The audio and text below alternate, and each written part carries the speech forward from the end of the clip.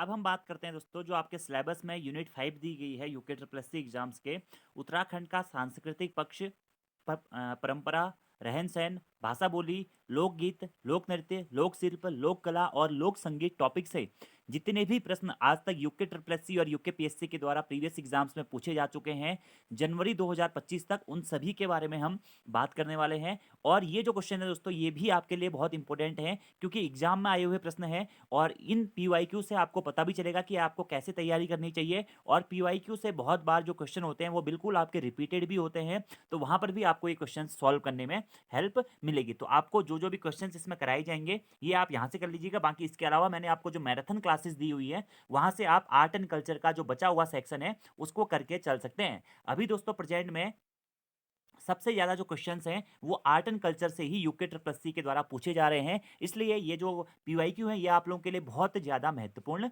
है। तो पहला हमारा क्वेश्चन है निम्नलिखित में से जागर का अर्थ क्या होता है दोस्तों? तो जागर का अर्थ क्या होता है? देवी देवताओं का आह्वान कर मानव माध्यम पर अवतरित करने की प्रक्रिया। यानी कि जागर क्या होता है दोस्तों? जागर हमारा एक प्रकार का जागर एक गीत के अंतर्गत भी आता है, लोकगीत भी होते हैं जागर, और लोक कथाओं के अंतर्गत भी आपका जागर होता है। ऐसे गोलू देवता का जागर, गंगनाथ देवता का जागर, सैम देवता का जागर, नरसिंहगढ़ देवी का जागर, कई सारे देवताओं के आपके जागर लगाए जाते हैं। जागर मतलब पूजा की एक पद्धति या ईश्वर पूजा की एक पद्धति आप मान सकते हैं। यानी कि देवी देवताओं का आह्वान करके मानव के माध्यम पर अवतरित करने की जो प्रक्रिया होती है इसको जागर कहा जाता है। जागर लगाने वाले को दोस्तों क्या कहते हैं?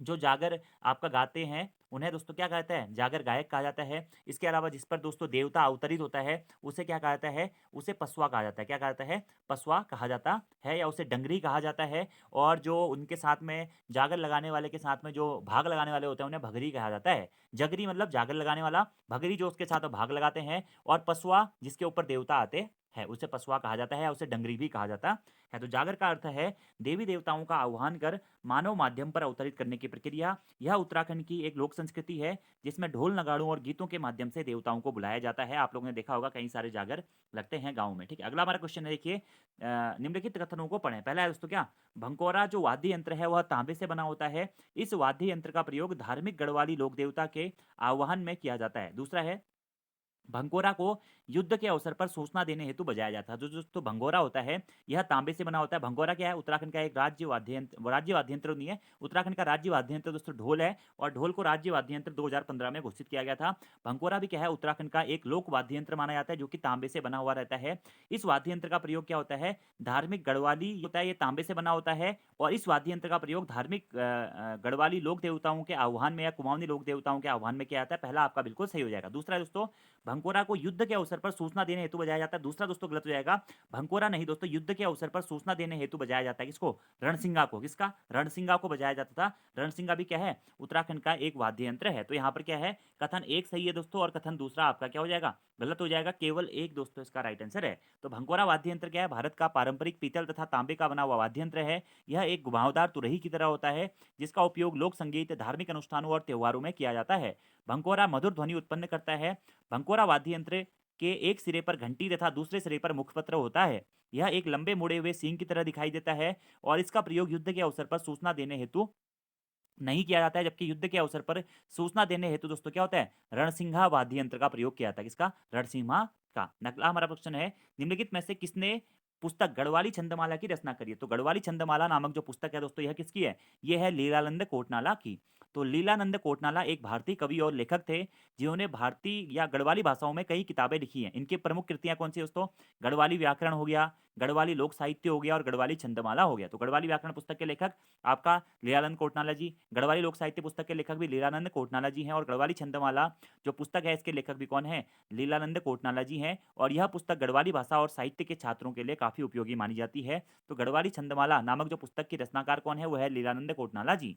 अगला हमारा क्वेश्चन है निम्नलिखित में से किसने भीमताल में लोक संस्कृति संग्रहालय की स्थापना करी है? तो लोक संस्कृति संग्रहालय दोस्तों कहाँ स्थित है? यह भीमताल में स्थित है, फोक कल्चर म्यूजियम। ठीक है, और इसके संस्थापक के रूप में किसको जाना जाता है? यशोधर मठपाल जी को जाना जाता है। और लोक संस्कृति संग्रहालय भीमताल की स्थापना यशोधर मठपाल जी के द्वारा कब की गई थी? 1983 में की गई थी। तो भीमताल में लोक संस्कृति संग्रहालय की स्थापना 1983 में प्रसिद्ध जो हमारे सांस्कृतिक विद्वान है डॉक्टर यशोधर मठपाल जी के द्वारा की गई थी। इसमें उत्तराखंड की प्राचीन लोक कला, संस्कृति, शिल्प, पुरातत्व और ऐतिहासिक धरोहरों से जुड़ी वस्तुएं संग्रहित हैं। इस संग्रहालय में दुर्लभ पांडुलिपि, पारंपरिक हस्तशिल्प, प्राचीन सिक्के, लोक चित्रकला का एक अनूठा संग्रह मौजूद है। इस संग्रहालय को यशोधर मठपाल म्यूजियम के नाम से भी जाना जाता है। तो भीमताल में जो लोक संस्कृति संग्रहालय है उसकी स्थापना किसके द्वारा की गई थी दोस्तों? आपका यशोधर मठपाल जी के द्वारा की गई थी। अगला हमारा क्वेश्चन है कि बैठकी होली मुख्यतः प्रसिद्ध है कहाँ पर दोस्तों? तो बैठकी होली जो आपका प्रसिद्ध है कहाँ पर? कुमाऊं के अल्मोड़ा क्षेत्र में क्या है? मुख्यतः आपकी जो बैठकी होली है वह प्रसिद्ध मानी जाती है। तो बैठकी होली मुख्यतः उत्तराखंड और उत्तर प्रदेश के कुमाऊं और ब्रज क्षेत्रों में काफी प्रचलित मानी जाती है। कुमाऊं में दोस्तों नैनीताल, अल्मोड़ा, बागेश्वर, पिथौरागढ़ में बैठकी होली का आयोजन किया जाता है और खड़ी होली का भी आयोजन किया जाता है। फागुन मास में बसंत पंचमी से शुरू होकर रंग खेलने के दिन तक आपकी यह क्या चलती है? होलियां चलती हैं। ठीक है, शुरुआत इसकी शिवरात्रि के दिन से मानी जाती है। अगला हमारा क्वेश्चन है दोस्तों, निम्नलिखित में से कौन सा गीत बरसात के दिनों के गीत हैं? ठीक है, तो बरसात के दिनों में दोस्तों कौन से गीत? चौमास। चौमास क्या होता है? जब आपका वर्षा ऋतु का आपका चौमास या बजग्याल कहा जाता है ना वर्षा ऋतु को उत्तराखंड में, तो यही जो चौमासा नृत्य गीत होते हैं यह बरसात के दिनों के गीत माने जाते हैं। तो उत्तराखंड में चौमासा नृत्य एक पारंपरिक लोक नृत्य है जो मुख्यतः कुमाऊं और गढ़वाल क्षेत्रों में मनाया जाता है। यह नृत्य विशेष रूप से मानसून या बरसात के दिनों के मौसम में आयोजित होता है, जब किसान अपनी फसलों की बुआई के बाद में आराम करते हैं। तो उसके बाद में आपका क्या होता है? चौमासा नृत्य में किया जाता है। चौमास माह में जो नृत्य किया जाता है चौमास में यानी कि वर्षा ऋतु में, तो वही होता है हमारा चौमासा नृत्य। ठीक है, और यह सामूहिक नृत्य होता है। अगला हमारा क्वेश्चन है, प्रायः किस नृत्य में नर्तकों की संख्या सम होनी चाहिए? तो प्रायः दोस्तों आपका जो चौफुला नृत्य है ना, इसमें नर्तकों की संख्या दोस्तों क्या होनी चाहिए? सम होनी चाहिए। चौफुला भारत के उत्तराखंड के गढ़वाल क्षेत्र का एक प्रसिद्ध लोक नृत्य माना जाता है। यह बैसाखी त्यौहार के दिन किया जाने वाला एक प्रसिद्ध मौसमी नृत्य माना जाता है, जो कि फसल कटाई के प्रतीक नृत्य के रूप में भी जाना जाता है। और चौफुला नृत्य के बारे में दोस्तों ये भी कहा जाता है कि माता पार्वती ने भगवान शिव को प्रसिद्ध करने के मतलब प्रसन्न करने के लिए सबसे पहले क्या हुआ था? आपका ये चौफुला नृत्य किया था। यह नृत्य क्या होता है? सामूहिक नृत्य क्या होता है, जिसमें पुरुष और महिलाएं एक दूसरे के विपरीत खड़े होते हैं और इनकी संख्या सम होती है। इस नृत्य में बिना किसी वाद्य यंत्र के एक चक्र में घूमने वाली गतिविधियों की एक श्रृंखला शामिल होती है, जो फूल खिलने के समान होती है। नृत्य प्रदर्शन के दौरान गाए जाने वाले गीत में ऐसे शब्द होते हैं जो प्रकृति की प्रशंसा करते हैं। और मुख्यतः रात के समय दोस्तों आपका चौफुला नृत्य किया जाता है। और जो चौफुला नृत्य होता है इसमें बीच बीच में चौफुलो जो ये नृत्य करते हैं उनको चौफुलो या चौफुला भी कहा जाता है। ठीक है, ये आपको ध्यान रख लेना है। अगला हमारा क्वेश्चन है दोस्तों क्या? पुंगाड़ी, तिमारी और मिझारी निम्नलिखित में से क्या थे? तो पुंगाड़ी, तिमारी और मिझारी दोस्तों निम्नलिखित में से क्या थे? गोरखाकालीन भूमि कर थे। ठीक है, गोरखाकालीन कर थे या गोरखाकालीन जो कर थे वह संबंधित है क्या? पुंगाड़ी, पुंगाड़ी क्या था?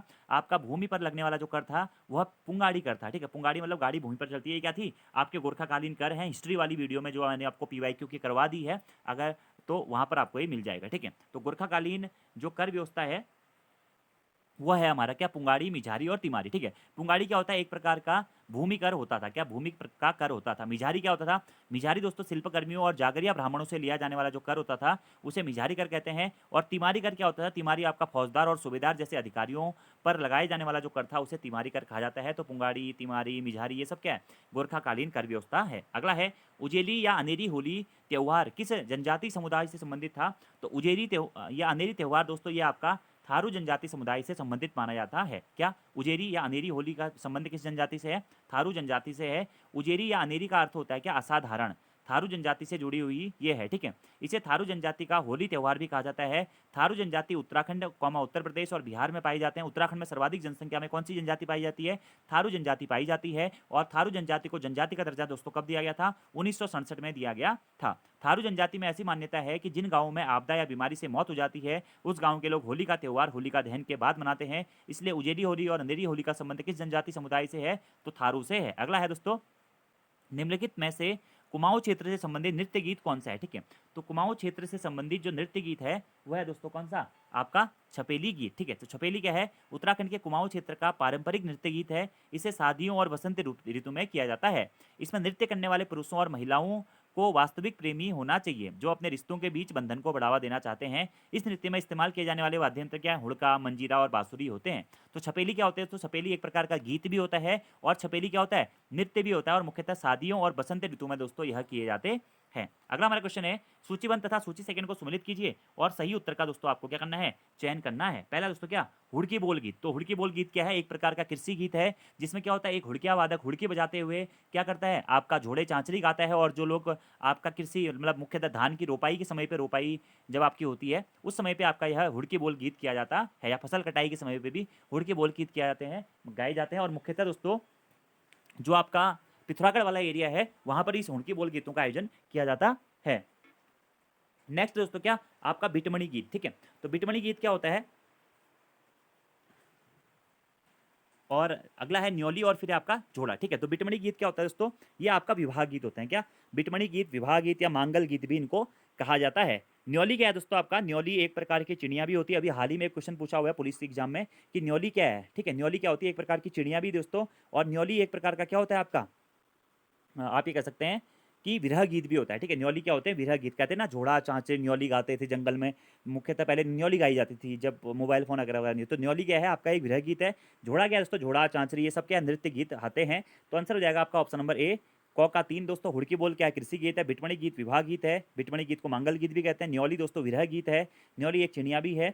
और झोड़ा क्या है दोस्तों, आपका एक नृत्य गीत है। तो ऑप्शन नंबर बी इसका सॉरी ऑप्शन नंबर ए दोस्तों इसका राइट आंसर होगा। वही यहाँ पे लिखा गया, देखिए, हुड़की बोल कृषि गीत, बिटमणी गीत विवाह गीत, न्योली विरह गीत और झोड़ा नृत्य गीत। अगला क्वेश्चन है, दुगड्डा के समीप डाडा मंडी का प्रसिद्ध गिंदी मेला लगता है कब, बसंत पंचमी के दिन, माघ माह की मकर संक्रांति को, चैत्र माह की संक्रांति को या वैसाखी के दिन। जो गिंदी मेला लगता है दोस्तों डाडा मंडी में दुगड्डा के समीप पौड़ी गढ़वाल जनपद में, माघ माह की मकर संक्रांति को लगता है। कब लगता है, माघ माह की मकर संक्रांति को आपका डाडा मंडी का प्रसिद्ध गिंदी मेला लगता है। तो गिंदी मेला माघ माह की मकर संक्रांति को लगता है। यह मेला दुगड्डा के समीप डाडा मंडी का प्रसिद्ध मेला है। गिंदी मेला उत्तराखंड के पिथौरागढ़ जिले में, पिथौरागढ़ जिला दोस्तों नहीं होगा ये, आपका पौड़ी गढ़वाल जिला, पौड़ी गढ़वाल जिले में आयोजित होने वाला एक पारंपरिक और धार्मिक मेला माना जाता है। इसी को गिंदी कौतिक मेला भी कहा जाता है। याद रखना कब लगता है आयोजित दोस्तों, माघ माह की मकर संक्रांति को डाडा मंडी में प्रसिद्ध गिंदी मेला आयोजित होता है। अगला दोस्तों क्या, जोया मुरली किसका दूसरा नाम है। तो जोया मुरली दोस्तों किसका है, अलगोजा का दूसरा नाम माना जाता है। क्या, जोया मुरली। ठीक है, ये क्या है, उत्तराखंड का एक प्रसिद्ध वाद्य यंत्र माना जाता है। इसे रामसूर भी कहा जाता है। क्या, इसे रामसूर भी कहा जाता है। तो प्रश्न आपसे बन सकता है, रामसूर का दूसरा नाम क्या है, तो अलगोजा है, बांसुरी है, जोया मुरली है। ठीक है, इसमें दो बांसुरियों को एक साथ मुंह में लेकर बजाया जाता है। यह एक पारंपरिक वाद्य यंत्र होता है जो उत्तराखंड और आसपास के क्षेत्रों में उपयोग किया जाता है। इसे मुख्यतः शहनाई जैसे वाद्य यंत्र की तरह बजाया जाता है। कौन सा, आपका जोया मुरली या अलगोजा या रामसूर को। नेक्स्ट हमारा क्वेश्चन है दोस्तों, निम्नलिखित में से किस नृत्य में सिर्फ पुरुष नर्तक ही भाग लेते हैं। तो जो तांदी नृत्य है दोस्तों ना, तांदी नृत्य में सिर्फ और सिर्फ पुरुष नर्तक ही भाग लेते हैं। तांदी नृत्य उत्तराखंड का एक पारंपरिक और धार्मिक नृत्य है। यह गढ़वाल और कुमाऊं क्षेत्र में प्रसिद्ध है। तांदी नृत्य सर्दियों में और धार्मिक आयोजनों या मेले के दौरान किया जाता है। तांदी नृत्य का मुख्य उद्देश्य देवताओं की पूजा और सम्मान होता है, जो कि खासकर हिमालयी क्षेत्रों में मनाया जाता है। तो तांदी नृत्य क्या होता है, इसमें सिर्फ आपका पुरुष नर्तक ही भाग लेते हैं। अगला हमारा क्वेश्चन है दोस्तों क्या, पवासी देवता का मंदिर कहाँ स्थित है। ठीक है, तो महासु देवता लोग 4 महासु देवता हैं। महासु देवता का मुख्य जो मंदिर है आपका हनौल नामक स्थान पे है, जौनसार बाबर क्षेत्र में। और महासु देवता को शिव का एक रूप माना जाता है। जौनसारी जनजाति के प्रमुख देवता के रूप में दोस्तों इनको माना जाता है। ठीक है, तो महासु देवता हो गया, एक चालदा महाराज हो गए। ठीक है, दूसरे भाई एक पवासिक महाराज होते हैं और एक बासिक महाराज होते हैं। तो ये 4 भागी थे महासु। ठीक है, तो उसमें से आपका एक प्रश्न पूछा गया था, जो पवासी महाराज है या पवासी देवता का मंदिर है, मुख्यतः जौनसारी प्रमुख लोक देवता के रूप में या महासु महाराज के भाई के रूप में इनको जाना जाता है। इनका मंदिर दोस्तों कहाँ पर स्थित है, थडियार में। थडियार में इनका मंदिर स्थित है।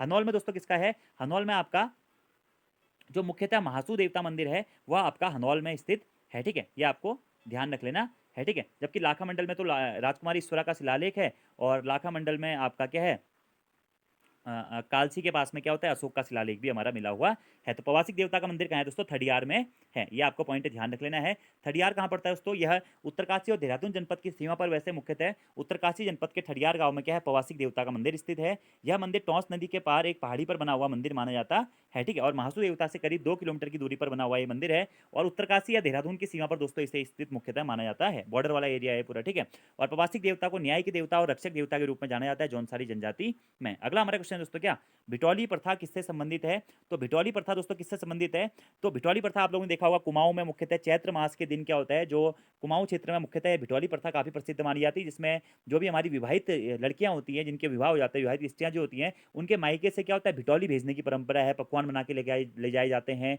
या साड़ियाँ ली जाती हैं, अनेकों प्रकार के पकवान बना के लिए जाते हैं, वही दोस्तों क्या है, आपका बिटौली प्रथा से संबंधित है। तो आंसर हो जाएगा ऑप्शन नंबर बी, परिवार की विवाहित महिलाओं को उपहार भेंट करने से संबंधित है दोस्तों आपके क्या, बिटौली प्रथा। बिटौली शब्द का अर्थ होता है भेंट या उपहार। इस प्रथा में विवाहित महिलाएं अपने मायके या माता पिता के घर से उपहार और भेंट प्राप्त करती हैं, और यह परंपरा मुख्य रूप से चैत्र माह यानी कि मार्च अप्रैल में मनाई जाती है, और खासकर यह उत्तराखंड के कुमाऊं क्षेत्र में प्रचलित है। अर्थात चैत्र महीने में माता पिता या भाई विवाहित बेटी को ससुराल जाकर के उसे बिटौली देने की प्रथा काफी प्रसिद्ध मानी जाती है। आजकल तो पैसे भी भेजे जा रहे हैं, तो बिटौली प्रथा आपको पता होना चाहिए, परिवार की विवाहित महिला को उपहार भेंट करने से संबंधित है। अगला क्वेश्चन है, ढोल दमाऊं पर चलने समय या यात्रा करते समय बजाए जाने वाला बाजा क्या कहलाता है? तो इसे दोस्तों क्या कहते हैं, इसे कहते हैं हिटवा बाजा। हिटवा मतलब हिटते समय, हिटते मतलब चलते समय, तो वही कहा गया ना, ढोल दमाऊं पर चलते समय या यात्रा करते समय कौन सा बाजा बजाया जाता है? तो इसे हिटवा बाजा कहते हैं, ये आपको ध्यान रख लेना है। ढोल दमाऊं उत्तराखंड की पारंपरिक लोक वाद्य यंत्र जोड़ी है, जो खास तौर पर कुमाऊं और गढ़वाल के लोक संस्कृति, धार्मिक अनुष्ठानों और युद्ध संबंधी परंपराओं से जुड़ी हुई है। ढोल एक बड़ा बेलनाकार वाद्य यंत्र होता है, जिसे लकड़ी के खोखले तने से बजाया जाता है। दमाऊं एक कटोरे के आकार का वाद्य यंत्र होता है, जिसे तांबे या पीतल से बनाया जाता है, और ढोल दमाऊं के साथ चलते समय बजाया जाने वाला जो बाजा होता है उसे कहते हैं क्या, हिटवा बाजा। क्या, हिटवा बाजा। अगला क्वेश्चन है, वर्ष 2024 में उत्तराखंड के किस क्षेत्र में शैल चित्र मिले हैं? ये करंट अफेयर का क्वेश्चन है दोस्तों। तो बिरीनाग वाला जो क्षेत्र था वहां पर क्या है, वर्ष 2024 में शैल चित्र मिले थे। और उत्तराखंड के पिथौरागढ़ जिले के बिरीनाग क्षेत्र में प्रागैतिहासिक कालीन गुफा और शैलचित्र पाए गए हैं। भारतीय पुरातत्व सर्वेक्षण के अनुसार इन शैलचित्रों का काल 4000 से लेकर के 6000 ईस्वी पूर्व का माना जाता है। अगला हमारा क्वेश्चन है दोस्तों, चावल से बने श्वेत रंग के साथ अन्य रंगों का प्रयोग करके दुर्गा देवी का चित्रण करना क्या कहलाता है? तो इसे कहते हैं दोस्तों क्या, आपका थापा चित्रण। थापा चित्रण क्या है, थापा, नाथ, डिकारा, पोथी, ये क्या है, उत्तराखंड के लोक चित्र दोस्तों माने जाते हैं। और डिकारा क्या होता है, जो आपका मिट्टी से बनी देवी देवताओं की जो मूर्ति होती है उन्हें डिकरा या डेकारियाज कहा जाता है। ये क्वेश्चन भी आपका आगे आएगा शायद, डेकारियाज इन्हें कहा जाता है। तो चावल से बने जो अन्य या चावल से बने श्वेत रंग का, जिसे हम विश्वार कहते हैं, ठीक है, चावल को पीस करके जो आप श्वेत रंग का आपको पदार्थ मिलता है उसे विश्वार कहते हैं, ठीक है। और विश्वार या अन्य रंगों का प्रयोग करके दुर्गा देवी का जो चित्रण किया जाता है उसे कहते हैं दोस्तों क्या, आपका थापा चित्रण कहते हैं। और चावल के आटे का घोल के साथ अन्य रंगों को मिला करके दुर्गा देवी का जो चित्रण होता है इसी को थापा चित्रण कहते हैं। यह चित्रण मांगलिक कार्यों एवं त्योहारों पर किया जाता है। अगला है, बेड़ू पाको बारहमासा गीत के पहले संगीतकार कौन थे? तो बेड़ू पाको बारहमासा गीत के पहले संगीतकार थे दोस्तों कौन, मोहन उप्रेती जी। कौन थे? मोहन उप्रेती जी और ब्रिजमोहन लाल साजी थे। तो ऑप्शन नंबर ए आपका यहाँ पर बिल्कुल राइट आंसर हो जाएगा। बेड़ू पाको बारहमासा उत्तराखंड राज्य का एक प्रसिद्ध कुमाऊनी लोकगीत है। इस गीत के पहले संगीतकार मोहन उप्रेती जी और ब्रजमोहन साजी थे, ठीक। और बाद में ये बेड़ू पाको बारहमासा जो गीत है यह गोपाल बाबू गोस्वामी जी के द्वारा भी गाया गया था, उसके बाद कई सारे लोगों के द्वारा यह गाया गया है। तो इस गीत के पहले संगीतकार कौन है, मोहन उप्रेती जी और ब्रजमोहन लाल साजी हैं। अगला क्वेश्चन है, चार चौथानी, छह घड़ी और पंचबीड़ी और चार बूढ़ा क्या है? ठीक है, तो चार चौथानी, छह घड़िया, पंचबीड़ी और चार बूढ़ा दोस्तों यह चंद राजवंश से संबंधित हैं, और चंद राजवंश में समाज के विभिन्न वर्गों से संबंधित हैं। ये चार चौथानी, छह घड़िया, पंचबीड़ी और चार बूढ़ा चंद राजवंश के शासन प्रशासन में मैंने आपको ये चीजें बताई हुई है। चार चौथानी मतलब चौथानी ब्राह्मणों के बारे में बात करिए। छह घड़िया, जो घड़िया में कौन कौन सी जातियां शामिल थी, ठीक है, पंडित जातियां थी मुख्य से। पंचबीड़ी जो न्याय का स्थान था, पंचनवीसी या पंचबीड़ी, ठीक है। और चार बूढ़ा जहाँ पर लोग बैठ करके न्याय करते थे और बूढ़ाओं की एक टोली होती थी। तो यह सब क्या है, समाज के विभिन्न वर्ग होते थे। ये पॉइंट आपको ध्यान रख लेना है, ठीक है। चार चौथानी, छह घरिया, पंचबीड़ी, चार बूढ़ा, इन पंक्तियों का अर्थ है, चार चौथानी अर्थात चार प्रकार के अनाज, गेहूं, मक्का, जौ और धान। दूसरा, छह घरिया, छह प्रकार की दालें, मसूर, मूंग, उड़द, चना, तोवर और गहनत गहत। पंचबीड़ी, पांच प्रकार की पत्तियां, तंबाकू, भाग, चाय, पान और अन्य प्रकार स्थानीय वित्ती। और चार बूढ़ा में चार पुराने लोग, गांव के बुजुर्ग। तो ये तो क्या है, समाज के विभिन्न वर्ग भी हैं। लेकिन चंद राजवंश में भी दोस्तों ये क्या थे, समाज के विभिन्न वर्ग के रूप में। देखिए कि तकनीकी एक प्रकार है नहीं, भूमि मापन की इकाइयां है नहीं, दिन के विभिन्न पहर भी है नहीं, तो चंद राजवंश में भी समाज के वर्ग ये थे, ठीक है। जो मैंने आपको बताया ना इसका एक्सप्लेनेशन, वो भी सही है। चार चौथानी, छह घरिया, पंचबीड़ी, और ये भी आप समझ सकते हैं ये समाज के अलग अलग वर्ग थे। अगला है दोस्तों क्या, भगनौल किससे संबंधित है? तो भगनौल दोस्तों आपका क्या है, यह लोकगीत की एक विद्या है, या आप एक प्रकार का लोकगीत है आप ये कह सकते हैं, या लोक नृत्य में भी नृत्य गीत इसको माना जाता है। और मुख्यतः कुमाऊं क्षेत्र में दोस्तों क्या होता है, यह भगनौल गीत या भगनौल नृत्य किया जाता है सिर्फ और सिर्फ कुमाऊं क्षेत्र में, ठीक है। इसलिए आपका आंसर हो जाएगा यहाँ पर ऑप्शन नंबर सी। तो भगनौल उत्तराखंड राज्य का एक प्राचीन लोक गायन की विद्या है। यह उत्तराखंड के कुमाऊं क्षेत्र में प्रचलित है, जो अपनी सवाल जवाब शैली के लिए प्रसिद्ध मानी जाती है, ठीक है। और दोस्तों जो ये आर्ट एंड कल्चर है ना, इसके ऊपर मैंने आपको कुछ वन लाइनर पार्ट्स भी दिए हुए हैं, उनको भी आप देख लीजिएगा। बाकी जो दूसरी हमारी मैराथन क्लासेज हैं वहां से आप इन सेक्शन को कवर अप कर सकते हैं, पूरा आपका यहाँ से कवर अप हो जाएगा, ठीक है। भगनौल में दो या दो से अधिक गायक लुड़के की थाप पर सवाल जवाब करते हैं, हुड़के की थाप पर सवाल जवाब करते हैं। यह विद्या अब धीरे धीरे लुप्त हो रही है। कुमाऊं क्षेत्र या उत्तराखंड राज्य का एक प्रशासनिक और मतलब कुमाऊँ क्षेत्र में मुख्यतः आपका क्या होता है, यह आपका जो भगनौल नृत्य है या भगनौल नृत्य गीत है, इसका आयोजन किया जाता है। अगला हमारा क्वेश्चन है दोस्तों, क्या कुमाऊनी लोक संस्कृति के विविध आयाम नामक पुस्तक के लेखक कौन है? तो कुमाऊनी लोक संस्कृति के विविध आयाम नामक पुस्तक के लेखक है दोस्तों कौन? डॉक्टर अनिल कार्की जी। अनिल दा दोस्तों इस पुस्तक के लेखक हैं। कुमाऊनी लोक संस्कृति की विविध आयाम, यह पुस्तक कुमाऊं की लोक संस्कृति के विभिन्न पहलुओं पर प्रकाश डालती है।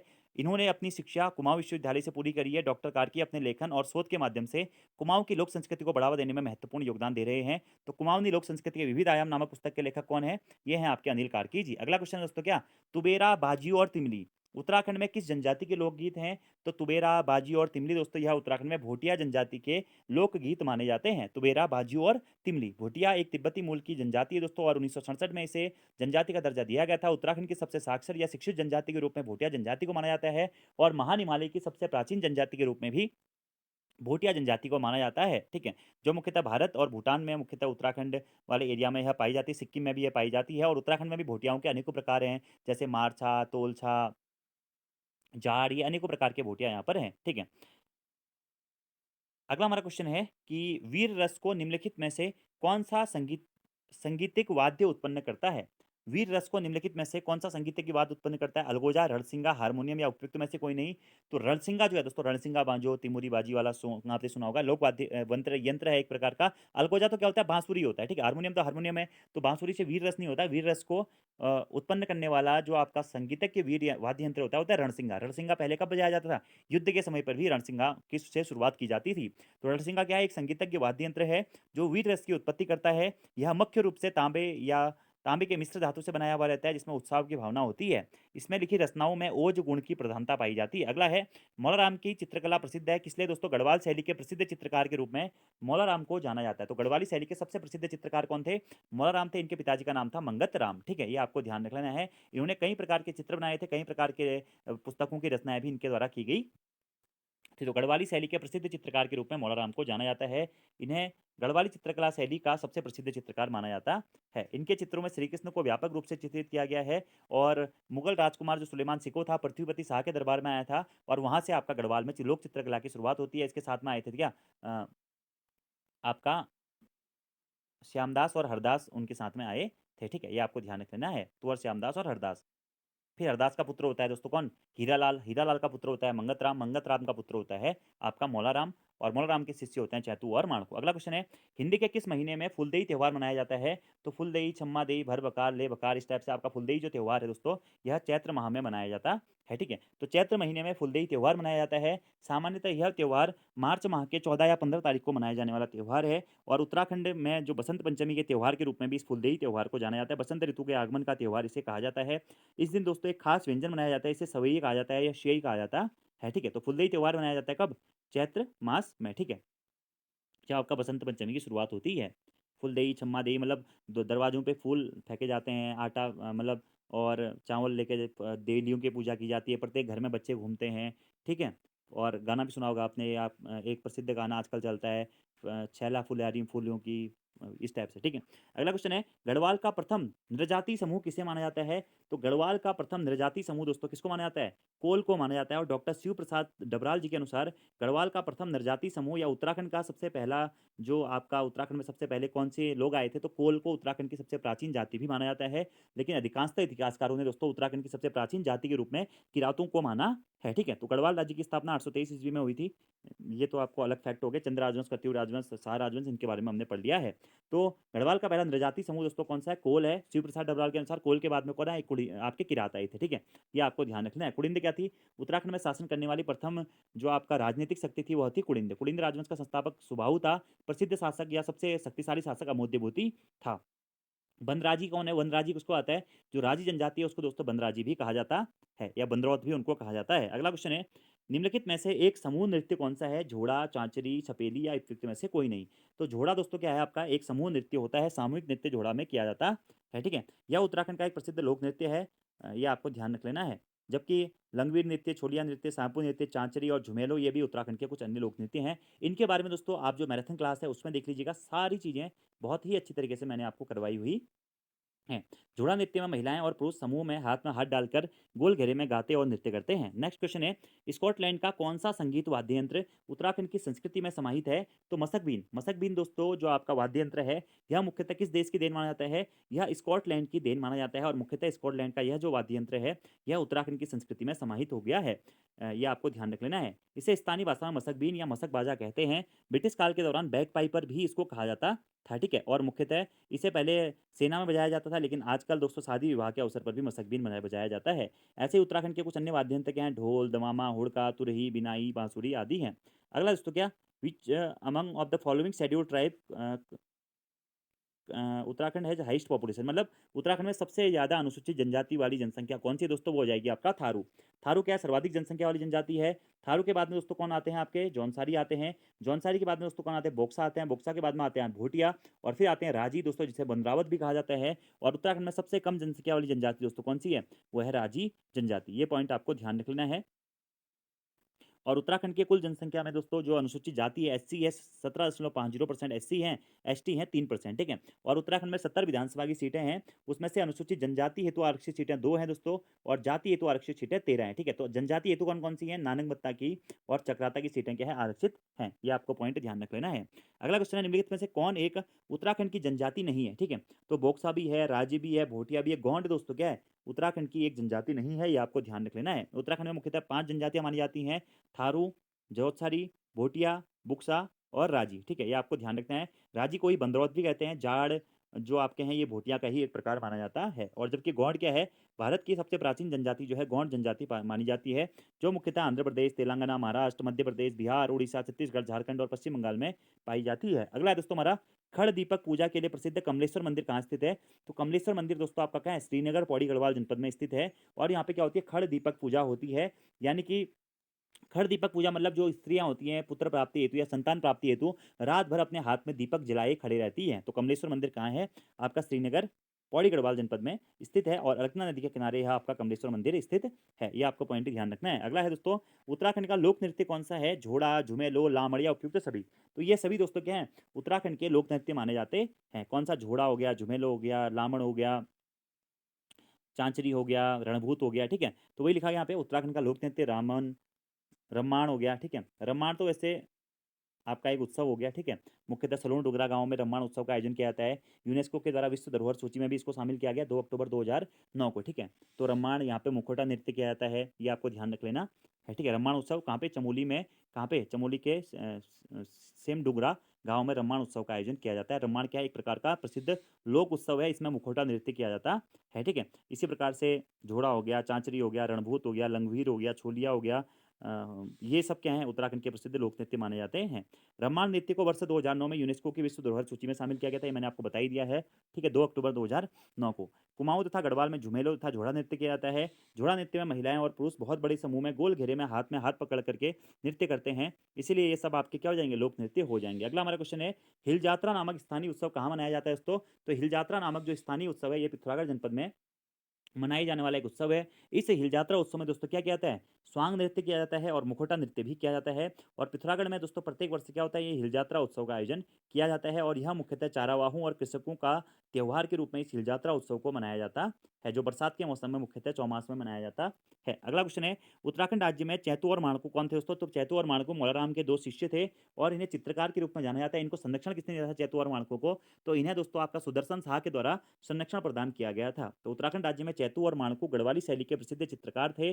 चैतू को कृष्ण लीलाओं के चित्रण में ख्याति प्राप्त थी। चैतू के 13 चित्रों को रुक्मणी हरण चित्रमाला वाराणसी कला भवन में सुरक्षित हैं। वर्ष 1730 ईस्वी में माणकू ने जयदेव के गीत गोविंद का चित्रण किया है।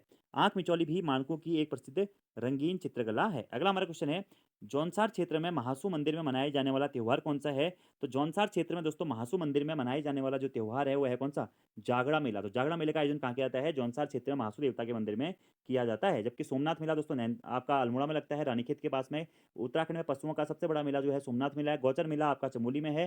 थल मेला दोस्तों आपका पिथौरागढ़ जनपद में आयोजित होता है। तो जौनसार क्षेत्र के महासू मंदिर में जागड़ा मेला का आयोजन प्रतिवर्ष किया जाता है। जौनसार के लोक देवता महासू के देवालय में प्रतिवर्ष भाद्रपद के शुक्ल पक्ष को हरितालिका तीज पर विशाल जागड़ा पर्व मनाया जाता है। यह आपको पॉइंट ध्यान रख लेना है, भाद्रपद के शुक्ल पक्ष को इसी के साथ दोस्तों मैं एक और चीज़ कहना चाहूँगा कि ऐसे अभ्यर्थी जो उत्तराखंड और हिंदी को या यूके ट्रिपल एससी के कंप्लीट सिलेबस को डिटेल में पढ़ना चाहते हैं ना, आप लोग प्ले स्टोर से हमारी एप्लीकेशन दोस्तों जरूर डाउनलोड कर लीजिएगा। उत्तराखंड जीके वेरी जी ट्रिक्स, यहाँ पर दोस्तों अभी प्रेजेंट में यूके ट्रिपल एससी का कंप्लीट सिलेबस है मेंटरशिप बैच के नाम से, जिसमें हमने ऑब्जेक्टिव फॉर्मेट में आपको पूरा सिलेबस आपको करवाया हुआ है। और डिटेल कोर्सेज भी हैं, उत्तराखंड और हिंदी के डिटेल क्लासेज हैं, जिसके बाद में आपको कुछ भी ज़्यादा पढ़ने की आवश्यकता नहीं होती है, सिर्फ प्रैक्टिस करनी होती है। तो अगर आप उत्तराखंड और हिंदी को या यूके ट्रिपल एससी एग्जाम्स की तैयारी को डिटेल्स में करना चाहते हैं, तो दोस्तों आप हमारे मेंटरशिप बैच से या उत्तराखंड डिटेल कोर्सेज से ज्वाइन हो सकते हैं। बाकी हमारी एप्लीकेशन पर आपको उत्तराखंड के सभी एग्जाम्स के लिए कंटेंट मिल जाता है, प्रैक्टिस सेट्स मिल जाते हैं, भले ही कोई भी एग्जाम हो, ग्रेजुएशन लेवल का, स्नातक स्तरीय या कोई भी एग्जाम हो,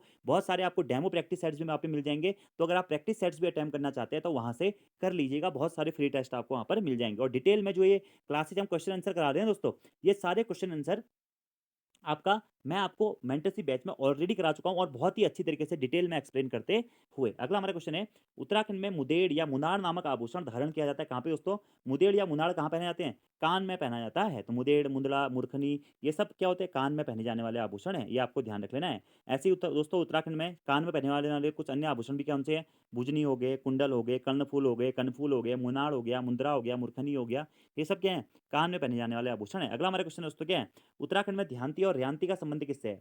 तो उत्तराखंड में ध्यानती और रेयांती का जो संबंध है दोस्तों, वह किससे माना जाता है? जौनसारी जनजाति में जो महिलाएं हैं या जो स्त्रियां हैं, उनको ध्यानती या रेयांती कहकर संबोधित किया जाता है। ध्यानती का मतलब क्या होता है दोस्तों?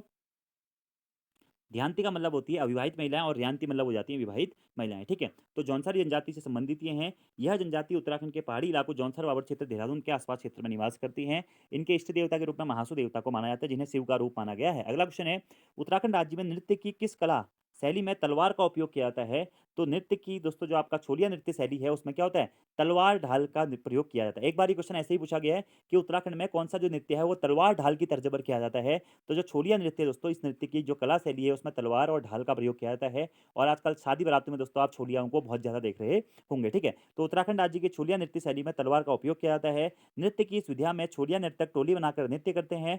इसमें इन्हें युद्धरत सैनिकों के उन दाव पेजों की नकल करनी होती है जिसमें वो छल के माध्यम से शत्रु को परास्त करते हैं। इसी कारण इसे छोलिया नाम दिया गया है। अगला है, उत्तराखंड में कंडवा क्या है दोस्तों? उत्तराखंड में कंडवा आपका क्या होता है? आभूषण होता है। तो कंडवा क्या है उत्तराखंड में? एक प्रकार का आभूषण है जो पैरों में पहना जाता है। और पैरों में पहने जाने वाले अन्य आभूषणों में झांवरा, पौंटा, लच्छा, पाजेब, इमरती, पोलिया या बिछुआ आदि प्रमुख होते हैं। तो कंडवा क्या है? उत्तराखंड का एक आभूषण है जिसे कहाँ पे पहना जाता है दोस्तों? जिसे मुख्यतः पैरों में पहना जाता है। पैरों में पहने जाने वाले अन्य आभूषण कौन कौन से हैं? झिंवरा हो गया, पौंटा हो गया, लच्छा हो गया, पाजेब हो गया, इमरती हो गया, पोलिया हो गया और बिच्छू आदि हो गया। ठीक है, अगला हमारा क्वेश्चन है, उत्तराखंड में अधिकांशतः थारू जनसंख्या का संकेंद्रण कहाँ मिलता है? तो थारू जनजाति और बोक्सा जनजाति सर्वाधिक दोस्तों निवास करती है कहाँ पे? उधम सिंह नगर जनपद में, ये आपको ध्यान रख लेना है। थारू नेपाल और भारत के सीमावर्ती तराई क्षेत्र में रहने वाली एक प्रसिद्ध जनजाति है, जिन्हें थरुवाला या मलेरिया प्रूफ मानव के नाम से भी जाना जाता है। और थारू लोग हिंदू धर्म मानते हैं और हिंदुओं के सभी त्यौहार मनाते हैं। अगला हमारा क्वेश्चन है, जो जौनसारी जनजातियां पूछा जाएगा, तो जौनसारी जनजातियां मुख्यतः कहाँ निवास करती है? जौनसारी जनजाति दोस्तों मुख्यतः आपका देहरादून में निवास करती है। ठीक है, देहरादून उत्तरकाशी के क्षेत्रों में। ऐसे ही आपसे बोक्सा पूछेगा तो बोक्सा भी उधमसिंह नगर में हो जाएगा। राजी पूछेगा तो पिथौरागढ़ जनपद में हो जाएगा। और भोटिया पूछेगा तो चमोली, उत्तरकाशी और पिथौरागढ़ में भोटिया जनजाति निवास करती है मुख्यतः। अगला है, गढ़वाली युवतियों के प्रथम बार मायके आने पर किया जाने वाला नृत्य कौन सा है? तो गढ़वाली युवतियों के प्रथम बार मायके आने पर किया जाने वाला जो नृत्य है दोस्तों, वह है थड़िया नृत्य। कौन सा है? थड़िया नृत्य है। गढ़वाल क्षेत्र में पहली बार मायके आने वाली विवाहित लड़कियां कौन सा नृत्य करती हैं? थड़िया नृत्य करती हैं। इस नृत्य में घर के आंगन या चौक में थड़िया नृत्य किया जाता है और गीत भी गाए जाते हैं। सरौ नृत्य, रणभूत नृत्य, पौना नृत्य और झुमेलो नृत्य के हैं उत्तराखंड के लोक नृत्य माने जाते हैं। क्या? सरौ, रणभूत, पौना और झुमेलो नृत्य। अगला है, उत्तराखंड में किस स्थान से रंग संस्कृति जुड़ी हुई है? तो धर्मा घाटी या दारमा घाटी दोस्तों क्या है? दारमा घाटी। भोटिया रोंगपा सुना होगा आपने दोस्तों। रोंगपा संप्रदाय होता है एक, जो कि भोटियाओं का ही एक उपजाति मानी जाती है रोंगपा। और जो धर्मा घाटी या दारमा घाटी है, कहाँ है? पिथौरागढ़ जनपद में स्थित है। इसी से दोस्तों क्या है? रंग संस्कृति हमारी जुड़ी हुई है। तो उत्तराखंड में रंग संस्कृति और जो है धर्मा घाटी या दारमा घाटी पिथौरागढ़ से जुड़ी हुई है। उत्तराखंड गढ़वाली और कुमाऊनी संस्कृति के लिए जाना जाता है इसे। ठीक है, पिंडर घाटी को दानपुर घाटी के नाम से भी जाना जाता है। सुगमता और समृद्ध जैव विविधता के लिए इस घाटी का नाम पिंडर नदी के नाम पर रख दिया गया है। यह नदी राजसी पिंडारी ग्लेशियर से निकलती है। कौन सी? पिंडर नदी। पिंडारी ग्लेशियर क्या है? बागेश्वर में स्थित है। अगला है, बिरहोर जनजाति कहाँ निवास करती है? तो बिरहोर जनजाति दोस्तों आपका झारखंड में निवास करती है। अगला है, दानपुरिया बोली निम्नलिखित में से किस जनपद में बोली जाती है? तो धनपुरिया, आपने सुना होगा दानपुरा, दनपुरिया आला, सोरका, सोरियाला। तो बागेश्वर से दोस्तों संबंधित है धनपुरिया बोली। और जो दानपुर घाटी है, दानपुर घाटी भी कहाँ स्थित है? आपका बागेश्वर जनपद में ही स्थित है। और इसमें एक प्रसिद्ध गाना है दोस्तों आपका प्रहलाद मेहरा जी का है, ऐजा रे ऐजा रे ऐजा मेरा दानपुरा, इस टाइप से जो गाना है ये भी आप ध्यान रख लीजिएगा। लोकगीत भी पूछे जा रहे हैं, तो जो दानपुर घाटी है ये आपका सही हो जाएगा, ठीक है। तो दानपुर घाटी दनपुरिया बोली कहाँ पर हो जाएगा दोस्तों? आपका बागेश्वर में आपका दानपुर घाटी स्थित है, जहाँ पे दनपुरिया बोली बोली जाती है। और कुमाऊनी बोली का एक प्रकार यह होता है। अगला है, गढ़वाली चित्रकला पर किस शैली का सबसे अधिक प्रभाव पड़ा है दोस्तों? तो गढ़वाली चित्रकला शैली पर दोस्तों क्या है, कांगड़ा चित्रकला शैली और मुगल चित्रकला शैली दोनों का ही प्रभाव पड़ा है। लेकिन आयोग ने शायद इसका आंसर बाद में दोनों दे दिया था, लेकिन पहली आंसर की में आयोग ने इसका आंसर कांगड़ा चित्रकला शैली ही दिया था, ठीक है। तो गढ़वाली चित्रकला शैली पर कांगड़ा चित्रकला शैली का सबसे अधिक प्रभाव दोस्तों पड़ा हुआ है। इसे पहाड़ी चित्रकला शैली के नाम से भी जाना जाता है। गढ़वाल की चित्रकला अन्य पहाड़ी कलाओं की भांति मुगल चित्रकला से भी प्रभावित मानी जाती है, ये भी आपको ध्यान रख लेना है।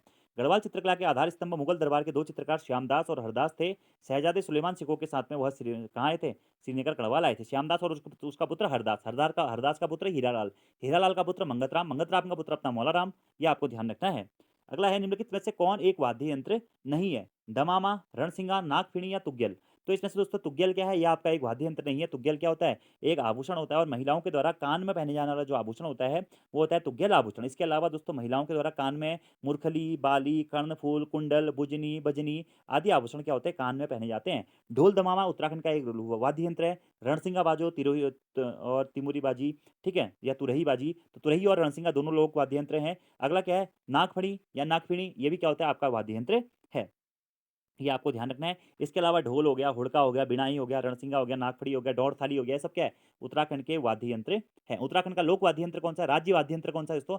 राज्य वाद्य यंत्र है ढोल, 2015 में घोषित किया गया था। अगला हमारा क्वेश्चन है, श्याणा और खुमरी किस जनजाति में प्रचलित है? तो श्याणा और खुमरी जो प्रथा है दोस्तों, यह आपका जौनसारी जनजाति में प्रचलित है। जौनसारी जनजाति में यह प्रचलित है, ठीक है। सयाणा क्या होता है दोस्तों? सयाणा या सदर सयाणा क्या होता है? जो इनकी पंचायत होती है, जौनसारी जनजाति में जो पंचायत होती है, पंचायत को खुमड़ी कहा जाता है या खुमरी कहा जाता है। उसी पंचायत का जो सबसे बड़ा अधिकारी होता है वो दोस्तों क्या होता है? सयाणा होता है, जिसे सदर सयाणा भी कहा जाता है। ये आपको ध्यान रख लेना है। तो खुमड़ी या पंचायत होती है एक प्रकार से जौनसारी जनजाति में।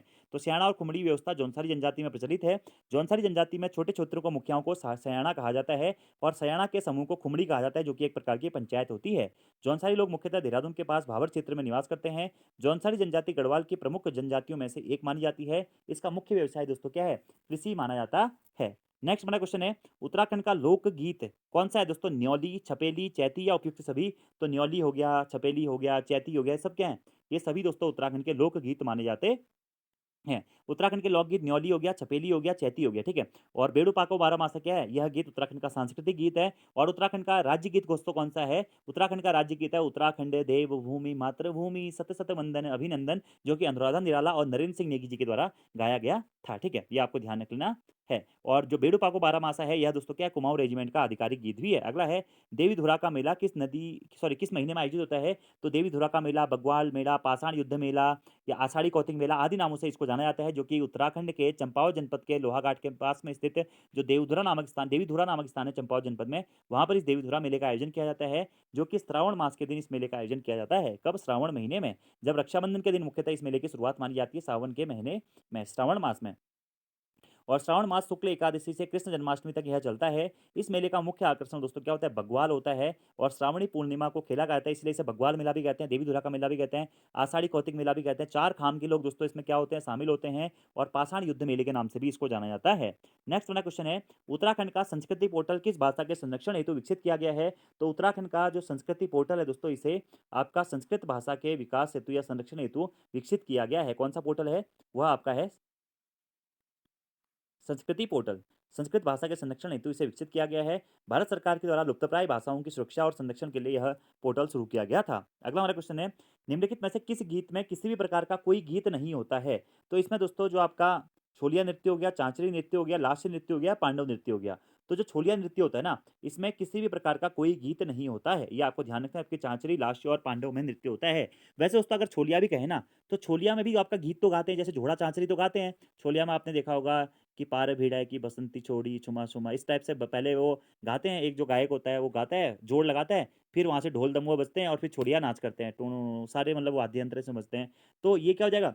छोलिया नृत्य में कोई भी गीत नहीं होता है, ये इसका आंसर दिया गया था। लेकिन थोड़े बहुत गीत नहीं होता, इसलिए डायरेक्टली आप ही कह सकते हैं। लेकिन आपका इसमें क्या होता है? आपके भाग लगाए जाते हैं, जोड़ जोड़ लगाए जाते हैं, ठीक है। ये आपको ध्यान रखना है।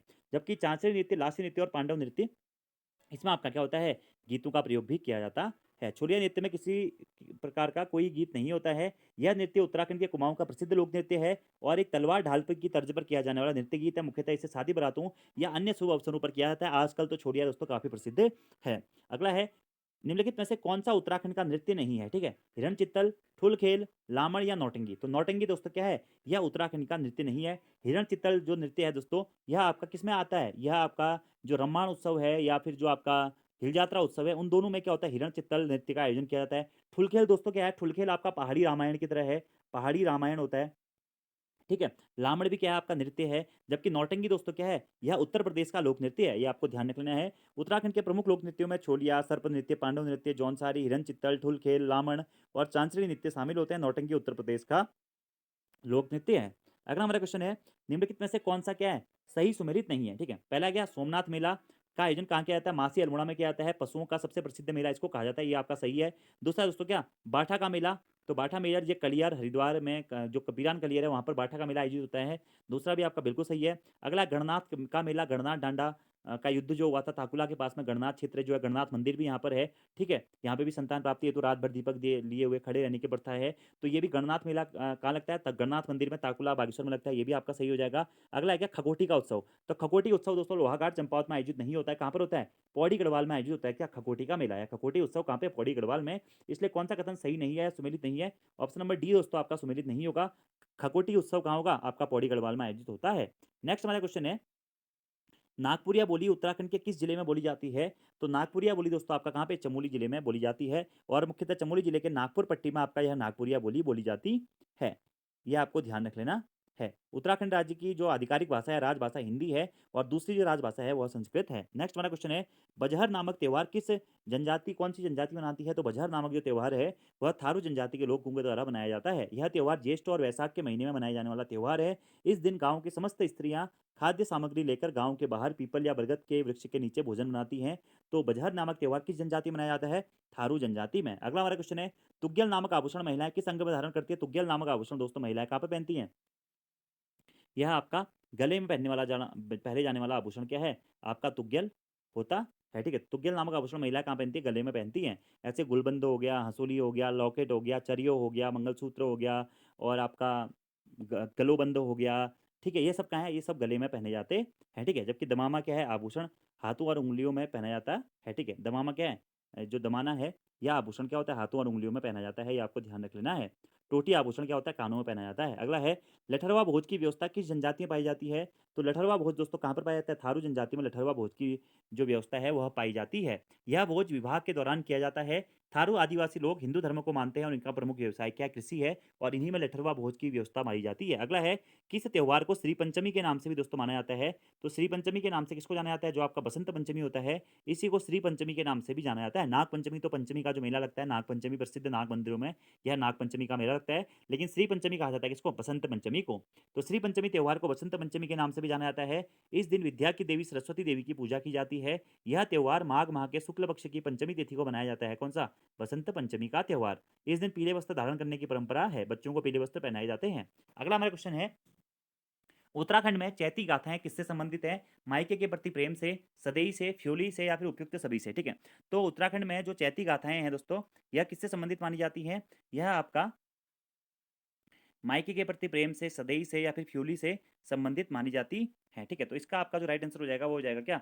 ऑप्शन नंबर डी, उपयुक्त सभी दोस्तों आपका क्या हो जाएगा? इसका राइट आंसर हो जाएगा क्या? जो चैती गाथाएं हैं किससे संबंधित हैं? यह आपका मायके के प्रति प्रेम से, सदैई से, फ्यूली से या उपयुक्त सभी से यह संबंधित हैं। ठीक है, तो सदैई क्या होता है? आपका भाई बहन के पवित्र प्रेम के को दर्शाता है। ठीक है, और जो चैती गाथाएं हैं मायके के प्रति प्रेम को भी दर्शाती हैं और फ्यूली से भी ये संबंधित हैं। और चैती क्या होते हैं? एक प्रकार के नृत्य गीत आपका चैती को माना जाता है। चैत के महीने में चैती नृत्य किया जाता है।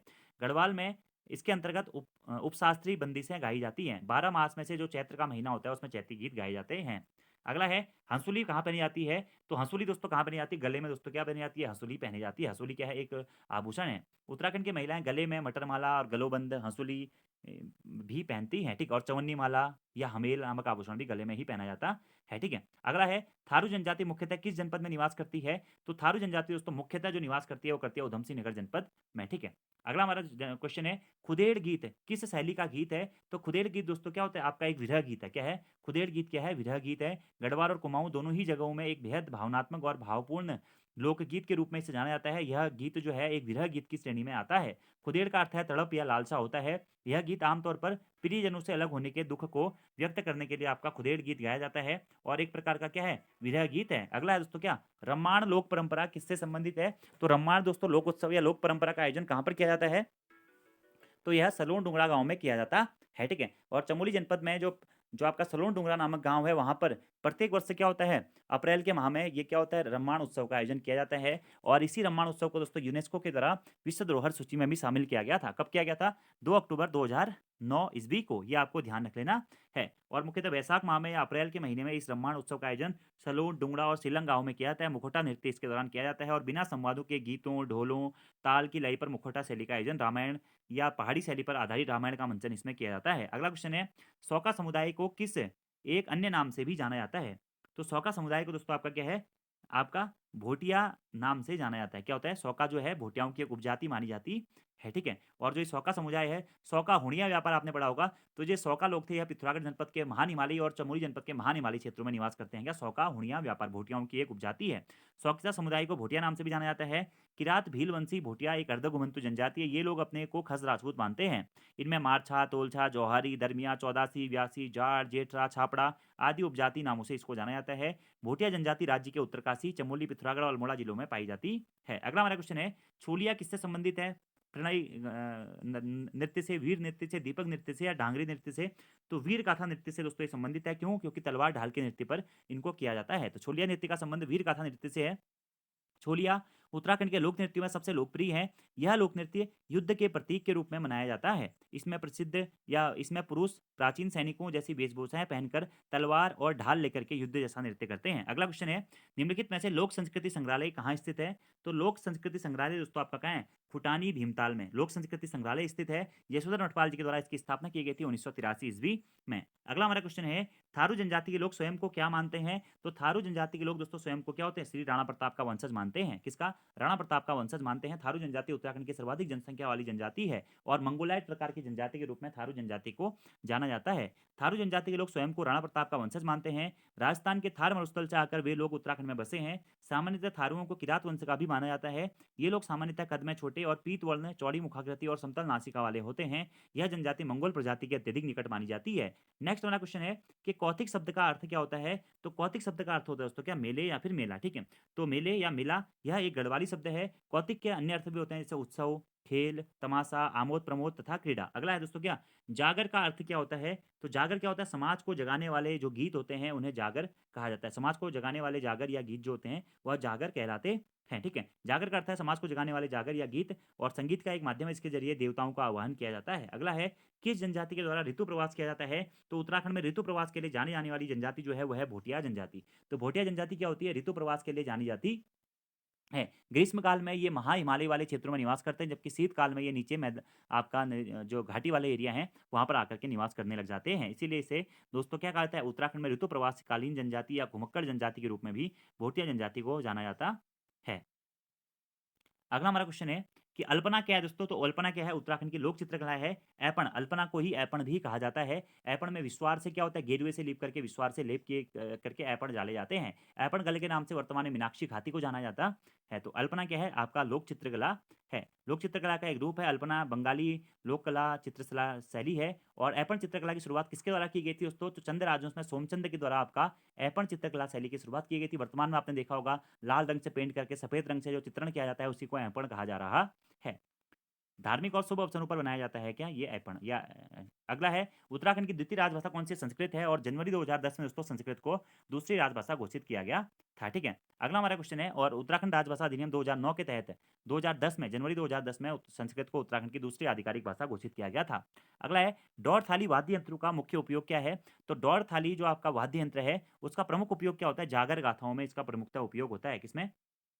जागर गाथा में डौर थाली वाद्य यंत्रों का उपयोग मुख्यतः जागर गाथा में होता है। इसका उपयोग देवी देवताओं और पितरों को बुलाने के लिए किया जाता है। किसमें? डौर थाली का प्रयोग, ठीक है। इसका वादन केवल पुरोहित ही करते हैं। यह वाद्य यंत्र गढ़वाल के प्रमुख वाद्य यंत्रों में से एक माना जाता है। क्या? डौर थाली वाद्य यंत्र क्या जागर गाथा में इसका प्रयोग होता है। अगला है, निम्नलिखित में से जौनसारी नृत्य नहीं है। कौन सा नहीं है? तो झूमेलो जो है दोस्तों, यह क्या है? जौनसारी नृत्य नहीं है। झूमेलो झिमेलो नृत्य गीत मुख्यतः यह होता है। ये आपको ध्यान रख लेना है। झूमर नृत्य जो है वो नारी हृदय की वेदना और उसके प्रेम को अभिव्यक्त करने वाला नृत्य है, ठीक है। यह नृत्य गीत है। जौनसारी नृत्य त्योहारों और खास मौके पर जौनसारी नृत्य किया जाता है। इसमें पुरुष और महिलाएं दोनों भाग लेते हैं। जबकि झूमेलो नृत्य क्या होता है? गढ़वाल कुमाऊं के क्षेत्र में किया जाता है। अगला है दोस्तों, अल्मोड़ा जनपद में निम्नलिखित में से कौन सा म्यूजियम स्थित है? गुरुकुल कांगड़ी म्यूजियम, लोक संस्कृति म्यूजियम या पंडित गोविंद बल्लभ पंत राजकीय म्यूजियम। तो लोक संस्कृति संग्रहालय दोस्तों आपका ये तो खुटानी भीमताल में, गुरुकुल कांगड़ी म्यूजियम हरिद्वार में है। जबकि पंडित गोविंद बल्लभ पंत राजकीय म्यूजियम दोस्तों कहाँ है? यह है कहाँ पर? अल्मोड़ा जनपद में यह स्थित है, ठीक है। और खूंट के आसपास में आपका यह शायद स्थित है, अल्मोड़ा में, ठीक है। और यह संग्रहालय प्राचीन मूर्तियों, सिक्कों और सांस्कृतिक निशानियों के लिए जाना जाता है। अगला है, कुमाऊं की चित्रकला के लेखक कौन है? तो कुमाऊं की चित्रकला नामक पुस्तक के लेखक है दोस्तों कौन? हमारे यशदा, यशदा यानी कि यशोधर मठपाल जी, ठीक है। और यशोधर मठपाल जी ने इस किताब का जो प्रकाशन है 1997 ईस्वी में किया था। इसी प्रकार ब्रिटिश कुमाऊं गढ़वाल पुस्तक के लेखक कौन है? डॉक्टर आर एस टोलिया जी हैं। और कुमाऊं का इतिहास पुस्तक के लेखक है बद्रीदत्त पांडित जी। गढ़वाल का इतिहास पुस्तक के लेखक है हरिकृष्ण रतुड़ी जी। उत्तराखंड का इतिहास नामक पुस्तक के लेखक है कौन? शिव प्रसाद डबराल जी। नेक्स्ट वाला क्वेश्चन है, जाड़, मारछाल, तोलछा, जौहारी, सौका जनजाति के अन्य नाम क्या हैं दोस्तों मुख्यतः? तो जाड़ हो गया, मारछा हो गया, तोलछा हो गया, जौहारी हो गया, सौका हो गया। यह मुख्यतः भोटिया जनजाति के अन्य नाम है। जाड़, मारछा, तोलछा, जौहारी, ये सब कुछ, ठीक है। बोक्सा जनजाति के लोग मुख्य रूप से हिंदी बोलते हैं और इनका मुख्य भोजन क्या है? मछली और चावल है। बोक्सा जनजाति हो गया, जाड़ हो गया, भोटिया हो गया, सभी जो हो गया, इन सबको जनजाति का दर्जा 1967 में दिया गया था। उत्तराखंड में 5 जनजातियों को जनजाति का दर्जा दिया गया था। अगला है, अ, उत्तराखंड में द्वितीय राजभाषा का दर्जा किस भाषा को प्राप्त है? तो संस्कृत को दोस्तों 2010 में द्वितीय राजभाषा का दर्जा दिया गया था। उत्तराखंड का राज्य वृक्ष बुरांश कब घोषित किया गया था? 2001 में। राजकीय पशु कस्तूरी मृग कब घोषित किया गया था? 2001 में। राजकीय खेल फुटबॉल कब घोषित किया गया था? 2011 में। राजकीय पक्षी मोनाल है, इसको भी 2001 में घोषित किया गया था। राज्य चिन्ह कब घोषित किया गया था? 2000 में। राज्य वाद्य यंत्र 2015 में। राज्य लोकगीत आपका 2016 में। राज्य फल काफल 2016 में। राज्य तितली भी 2016 में। अगला है, उत्तराखंड में द्वितीय राजभाषा का दर्जा संस्कृत को है तो बता ही दिया है। किस जिले में सबसे कम जनजातियां निवास करती हैं? तो उत्तराखंड में सबसे कम जो जनजातियां दोस्तों वह रुद्रप्रयाग जनपद में निवास करती हैं। और सर्वाधिक जो जनजातियां हैं वह आपका उधम सिंह नगर जनपद में निवास करती हैं। तो उत्तराखंड में सबसे ज्यादा अनुसूचित जनजाति उधम सिंह नगर जिले में है, जबकि रुद्रप्रयाग में सबसे कम अनुसूचित जनजातियां हैं। यह आपको ध्यान रख लेना है। अगला क्वेश्चन है, उत्तराखंड में निम्नलिखित में से कौन सी जनजाति नहीं पाई जाती है? तो भोटिया भी पाए जाते हैं, थारू भी पाए जाते हैं, बोक्सा भी पाए जाते हैं, लेकिन नागा जनजाति उत्तराखंड में नहीं पाई जाती है। यह आपको ध्यान रखना है। नागा जनजाति दोस्तों भारत के पूर्वोत्तरी राज्यों में वहां पर नागा जनजाति पाई जाती है। अगला हमारा क्वेश्चन है, उत्तराखंड राज्य में निम्नलिखित में से कौन सा हाथ का आभूषण है? तो मुरखीर, गुंठी, पोंटा या कंडवा, ठीक है। तो जो गुंठी है ना, गुंठी या अंगूठी, ये क्या है? मुख्यतः हाथ में पहने जाने वाला आभूषण है। यह पॉइंट आपको ध्यान रखना है, जो कि गिलास के आकार की चांदी की पत्ती से निर्मित होता है। और उत्तराखंड में ही कुछ अन्य आभूषण क्या है? सिसफूल हो गया, मुरखली हो गया, बाजनी हो गया, तुग्गल हो गया, ये कुछ अन्य आभूषण है, ठीक है। ये आपको ध्यान रख लेना है। तो कौन सा हाथ का आभूषण है दोस्तों? तो गुंठी जो है आपका वह हाथ में पहने जाने वाला आभूषण है। नेक्स्ट वाला क्वेश्चन है, निम्नलिखित में से कौन उत्तराखंड का लोक नृत्य नहीं है? चौफला, चांचरी या छऊ? तो छऊ जो है ना, यह उत्तराखंड का लोक नृत्य दोस्तों नहीं है, ठीक है। चौफला और चांचरी ये क्या है? आपका उत्तराखंड के लोक नृत्य माने जाते हैं। ये आपको पॉइंट ध्यान रख लेना है। इसके अलावा जहाँ झुमेलो हो गया, चांचरी हो गया, जागर हो गया, भगनौल हो गया, ये सब क्या लोक नृत्य हैं। अगला है, मौलाराम चित्र संग्रहालय कहाँ स्थित है? तो मौलाराम चित्र संग्रहालय दोस्तों कहाँ है? श्रीनगर पौड़ी गढ़वाल में स्थित है मौलाराम चित्र संग्रहालय, ठीक है। ये आपको पॉइंट ध्यान रख लेना है। और इन चित्रों का एक बड़ा संग्रह हेमवतीन्द्र बहुगुणा गढ़वाल विश्वविद्यालय संग्रहालय श्रीनगर उत्तराखंड में भी संरक्षित है। मौलाराम एक भारतीय चित्रकार थे। इन्होंने कांगड़ा चित्रकला स्कूल को गढ़वाली शाखा की शुरुआत करी थी। मतलब कांगड़ा चित्रकला शैली से प्रचलित होकर के गढ़वाली चित्रकला शैली की शुरुआत की थी। गढ़वाली चित्रकला शैली के प्रसिद्ध और महान चित्रकार इनको कहा जाता है। अगला है, इनमें से कौन उत्तराखंड का लोक नृत्य है? तो चौफला हो गया, जागर हो गया, चांचरी हो गया, उपयुक्त सभी, ये सभी क्या है दोस्तों? उत्तराखंड के लोक नृत्य हैं। चौफला, जागर, चांचरी, झुमेलो, ये सब कुछ, ठीक है। जोड़ा झुमेर नृत्य में महिलाएं व पुरुष गोल घेरे में खड़े होकर हाथ में हाथ डाल करके नृत्य करते हैं। अगला है, सकलाना क्रांति संपन्न हुई थी कहाँ पे? टिहरी गढ़वाल में दोस्तों सकलाना विद्रोह हुआ था। 2 बार हुआ था सकलाना विद्रोह। एक आपका सुदर्शन शाह के समय पे हुआ था, एक बाद में जाके मानवेंद्र शाह के समय पर भी हुआ था। सकलाना क्रांति टिहरी गढ़वाल में संपन्न हुई थी। यह विद्रोह 13 सितंबर 1947 को भी हुआ था। इससे पहले 1855 के आसपास भी आई थिंक ये विद्रोह कुछ हुआ था, ठीक है।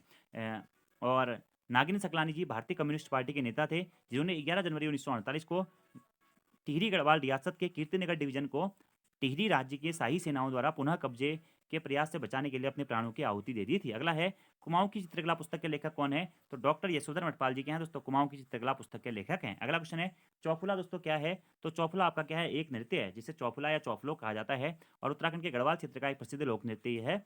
यह नृत्य वैसाखी त्योहार के दौरान किया जाता है, जो फसल कटाई के मौसम का प्रतीक है। फसल की खुशी मनाने के लिए पुरुष और महिलाओं के द्वारा इस समूह में नृत्य भाग लेते हैं। अगला है, उत्तराखंड में किस स्थान से रंग संस्कृति जुड़ी हुई है? तो दारमा घाटी से दोस्तों क्या है? रंग संस्कृति जुड़ी हुई है। उत्तराखंड की संस्कृति को उसकी खूबसूरत गढ़वाली और कुमाऊनी लोक संस्कृति के लिए जाना जाता है। ऐपण एक पारंपरिक लोक कला है, यह रंगोली के पारंपरिक रूपों में से एक है। अगला क्वेश्चन है, निम्नलिखित में से उत्तराखंड की जनजाति के 1962 के भारत चीन युद्ध से पूर्व तिब्बत के साथ व्यापारिक संबंध थे? कौन सी जनजाति के थे दोस्तों? भोटिया जनजाति के। सौका हुणिया व्यापार होता था, भोटियाओं की एक उपजाति थी सौका जाति, जो कि क्या करते थे 1962 से पूर्व दोस्तों, जब आपका भारत चीन युद्ध नहीं हुआ था उससे पहले इनके मध्य व्यापारिक संबंध थे और पारिवारिक संबंध भी थे, विवाह आदि भी इनके मध्य में होते थे। ठीक है, तो उत्तराखंड की जो भोटिया जनजाति है इसके 1962 के भारत चीन युद्ध से पूर्व में तिब्बत के साथ में व्यापारिक संबंध थे। भोटिया जनजाति अल्मोड़ा, चमोली, पिथौरागढ़ और उत्तरकाशी जनपद में निवास करती है। ये मुख्यतः मंगोलाइड होते हैं। अगला क्वेश्चन है, गौरा पंथ का संबंध किससे है? तो गौरा पंथ शिवानी दोस्तों किससे संबंधित है? साहित्य से संबंधित है। ठीक है, गौरा पंथ शिवानी के नाम से भी इनको जाना जाता है। यह लेखन शिवानी के नाम से करती थी और पहली कहानी इन्होंने 12 वर्ष की उम्र में 1935 ईस्वी में नटखट जो थी वह हिंदी बाल पत्रिका में छपी थी, इनकी पहली कहानी। ठीक है, 1982 में इन्हें हिंदी साहित्य में योगदान के लिए पद्मश्री पुरस्कार से भी सम्मानित किया गया था। अगला क्वेश्चन है, मौलाराम की चित्रकला प्रसिद्ध है क्या?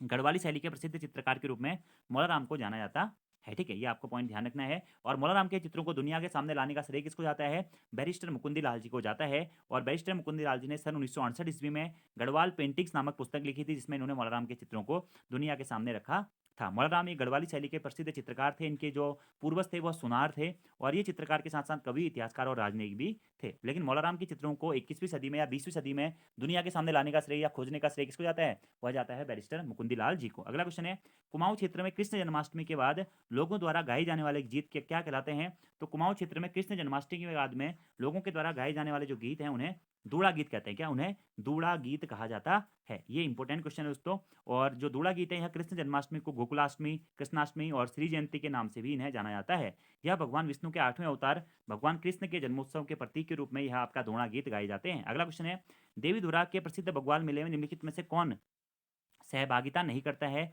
लमगड़िया, चमियाल, लटवाल या वालिक। ठीक है, तो कौन इसमें से सहभागिता आपका नहीं करता है? तो 4 खाम आपके इसमें से भाग लेते हैं दोस्तों। वो 4 खाम कौन कौन से हैं? लमगड़िया खाम हो गया, चमियाल खाम हो गया, वालिक खाम हो गया। ठीक है, लेकिन जो लटवाल खाम है वह इसमें दोस्तों क्या होता है? शामिल नहीं होता है। ठीक है, तो लटवाल खाम शामिल नहीं होता, इसलिए ऑप्शन नंबर सी आपका सही आंसर हो जाएगा कि यह शामिल आपका नहीं होता। और प्रत्येक वर्ष रक्षाबंधन के दिन देवीधुरा में माँ बाराही देवी मंदिर में इस मेले का आयोजन होता है। किसका? देवीधुरा प्रसिद्ध मेले का। इसी को पाषाण युद्ध मेला या बग्वाल मेले के नाम से भी जाना जाता है। ये पॉइंट आपको क्या करना है? ध्यान रख लेना है। अगला क्वेश्चन है दोस्तों हमारा, इनमें से कौन सी एक रस्म थारू जनजाति की विवाह परंपरा नहीं है? ठीक है, अपना पराया, बात कट्टी, चाला और पक्की पौड़ी। ठीक है, तो इसमें से दोस्तों अपना पराया, बात कट्टी, चाला और पक्की पौड़ी, इसमें से दोस्तों जो पक्की पौड़ी है वह थारू जनजाति की विवाह परंपरा नहीं है। ये आपको ध्यान रखने हैं। क्या? थारू जनजाति की विवाह परंपरा ये नहीं है। ठीक है, तो आंसर हो जाएगा आपका ऑप्शन नंबर डी। थोड़ा सा एक्सप्लेनेशन पढ़ लेते हैं इसका, कि जो थारू जनजाति की विवाह परंपरा में पक्की पौड़ी शामिल नहीं है। थारू जनजाति की विवाह परंपरा में अपना पराया प्रथा है, बात कट्टी प्रथा है, चाला प्रथा है, दिखनौरी प्रथा है, इनको शामिल किया जाता है। गौने की रस्म को दोस्तों चाला कहा जाता है। और दिवाली के अवसर को दोस्तों क्या होता है, जो थारू जनजाति है वह शोक दिवस के रूप में मनाती है। ये पॉइंट आपको ध्यान रख लेना है। तो कौन दिवाली को शोक पर्व के रूप में कौन मनाती है? वह आपका थारू जनजाति मनाती है। और दिवाली को 1 माह के बाद कौन सी जनजाति मनाती है? तो वो जौनसारी जनजाति मनाती है। ठीक है, ये आपको पॉइंट ध्यान रखना है। ठीक है, और जो देवी धुरा मेले के 4 खाम दोस्तों, एक तो लमगड़िया खाम हो गए, एक आपका चम्याल खाम हो गया, एक आपका वालिक खाम हो गया और चौथा जो है वह घेड़वाल खाम। ठीक है, हाँ चौथा भी आप ध्यान रख लीजिएगा, घेड़वाल खाम होगा। ठीक है, अगली बार अगर क्वेश्चन पूछा जाएगा तो हो सकता है घेड़वाल खाम का नाम हटा दे, तो घेड़वाल खाम ये भी आपको ध्यान रख लेना है। अगला क्वेश्चन है, यूनेस्को द्वारा लोक उत्सव रामायण को विश्व की अमूर्त सांस्कृतिक धरोहर में कब सम्मिलित किया गया था? यह उत्सव किस जनपद से संबंधित है? सॉरी, प्रश्न ये है कि यूनेस्को के द्वारा लोक उत्सव जो रामायण है उसको विश्व की अमूर्त सांस्कृतिक धरोहर में सम्मिलित किया गया था। और यह उत्सव मुख्यतः आपका कहाँ से संबंधित है? तो चमोली जनपद से संबंधित है। चमोली जनपद के सलोर डुंगरा गांव से संबंधित है यह रामायण उत्सव। ठीक है, यह एक प्रकार का रामायण प्रकार का उत्सव कहा जाता है। मुखौटा नृत्य शैली का इसमें प्रयोग किया जाता है।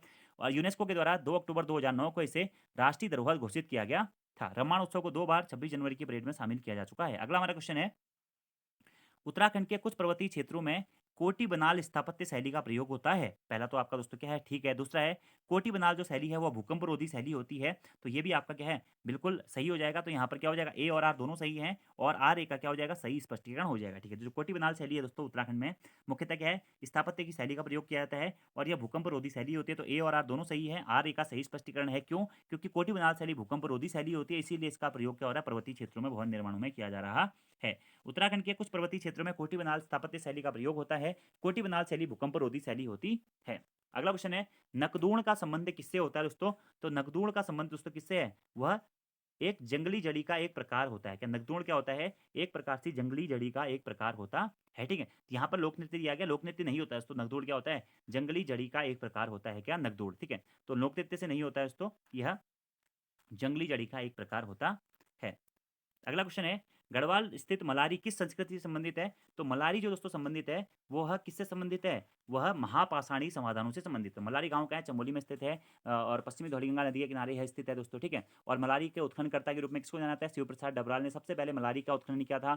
उसके बाद में दोस्तों मलारी का उत्खनन गढ़वाल विश्वविद्यालय के शोध क्षेत्रों के द्वारा भी किया गया था। ठीक है, और मलारी से क्या मिला है दोस्तों? आपका जुबू नामक वृषभ मिला हुआ है। वृषभ जुबू नामक ये मुद्रा मिली हुई है, कहा जाता है मोनाल पक्षी का चित्रण है। 5.5 किलो का स्वर्ण मुखौटा मिला हुआ है। कई प्रकार के बर्तन मिले हुए हैं। ताम्र निखात संस्कृति यहाँ से मिली हुई है, तांबे बर्तन कटोरे वगैरह मिले हुए हैं और सऊ भी मिले हुए हैं। तो मलारी जो महापाषाणकालीन क्या है, समाधान यहाँ से हमें प्राप्त हुए हैं। अगला है, और महापाषाणी समाधान स्थल मेगालिथिक या एंथ्रोपोमोर्फिक स्थल कहलाते हैं। इन स्थलों पर बड़े पत्थरों का इस्तेमाल तथा करके शवों को दफनाया जाता था। अगला है, उत्तराखंड में शैव धर्म के सर्वाधिक उपासक, अच्छा कौन सा कथन आपका सही है पूछा गया है। पहला है उत्तराखंड में शैव धर्म के सर्वाधिक उपासक हैं, तो उत्तराखंड में शैव धर्म के सर्वाधिक उपासक हैं, ये दोस्तों आपका कथन क्या हो जाएगा, सही है। दूसरा क्या है, शिव महापुराण में भगवान शिव को केदार क्षेत्र का स्वामी कहा गया है, ये भी बिल्कुल दोस्तों आपका सही है। तो भगवान शिव को केदार क्षेत्र का स्वामी कहा गया, इसीलिए उत्तराखंड में शैव धर्म के सर्वाधिक उपासक हैं। और इस क्षेत्र को हमने यह भी पढ़ा था, जो बिल केदार नामक स्थान है वहाँ पर क्या है, प्राचीन समय में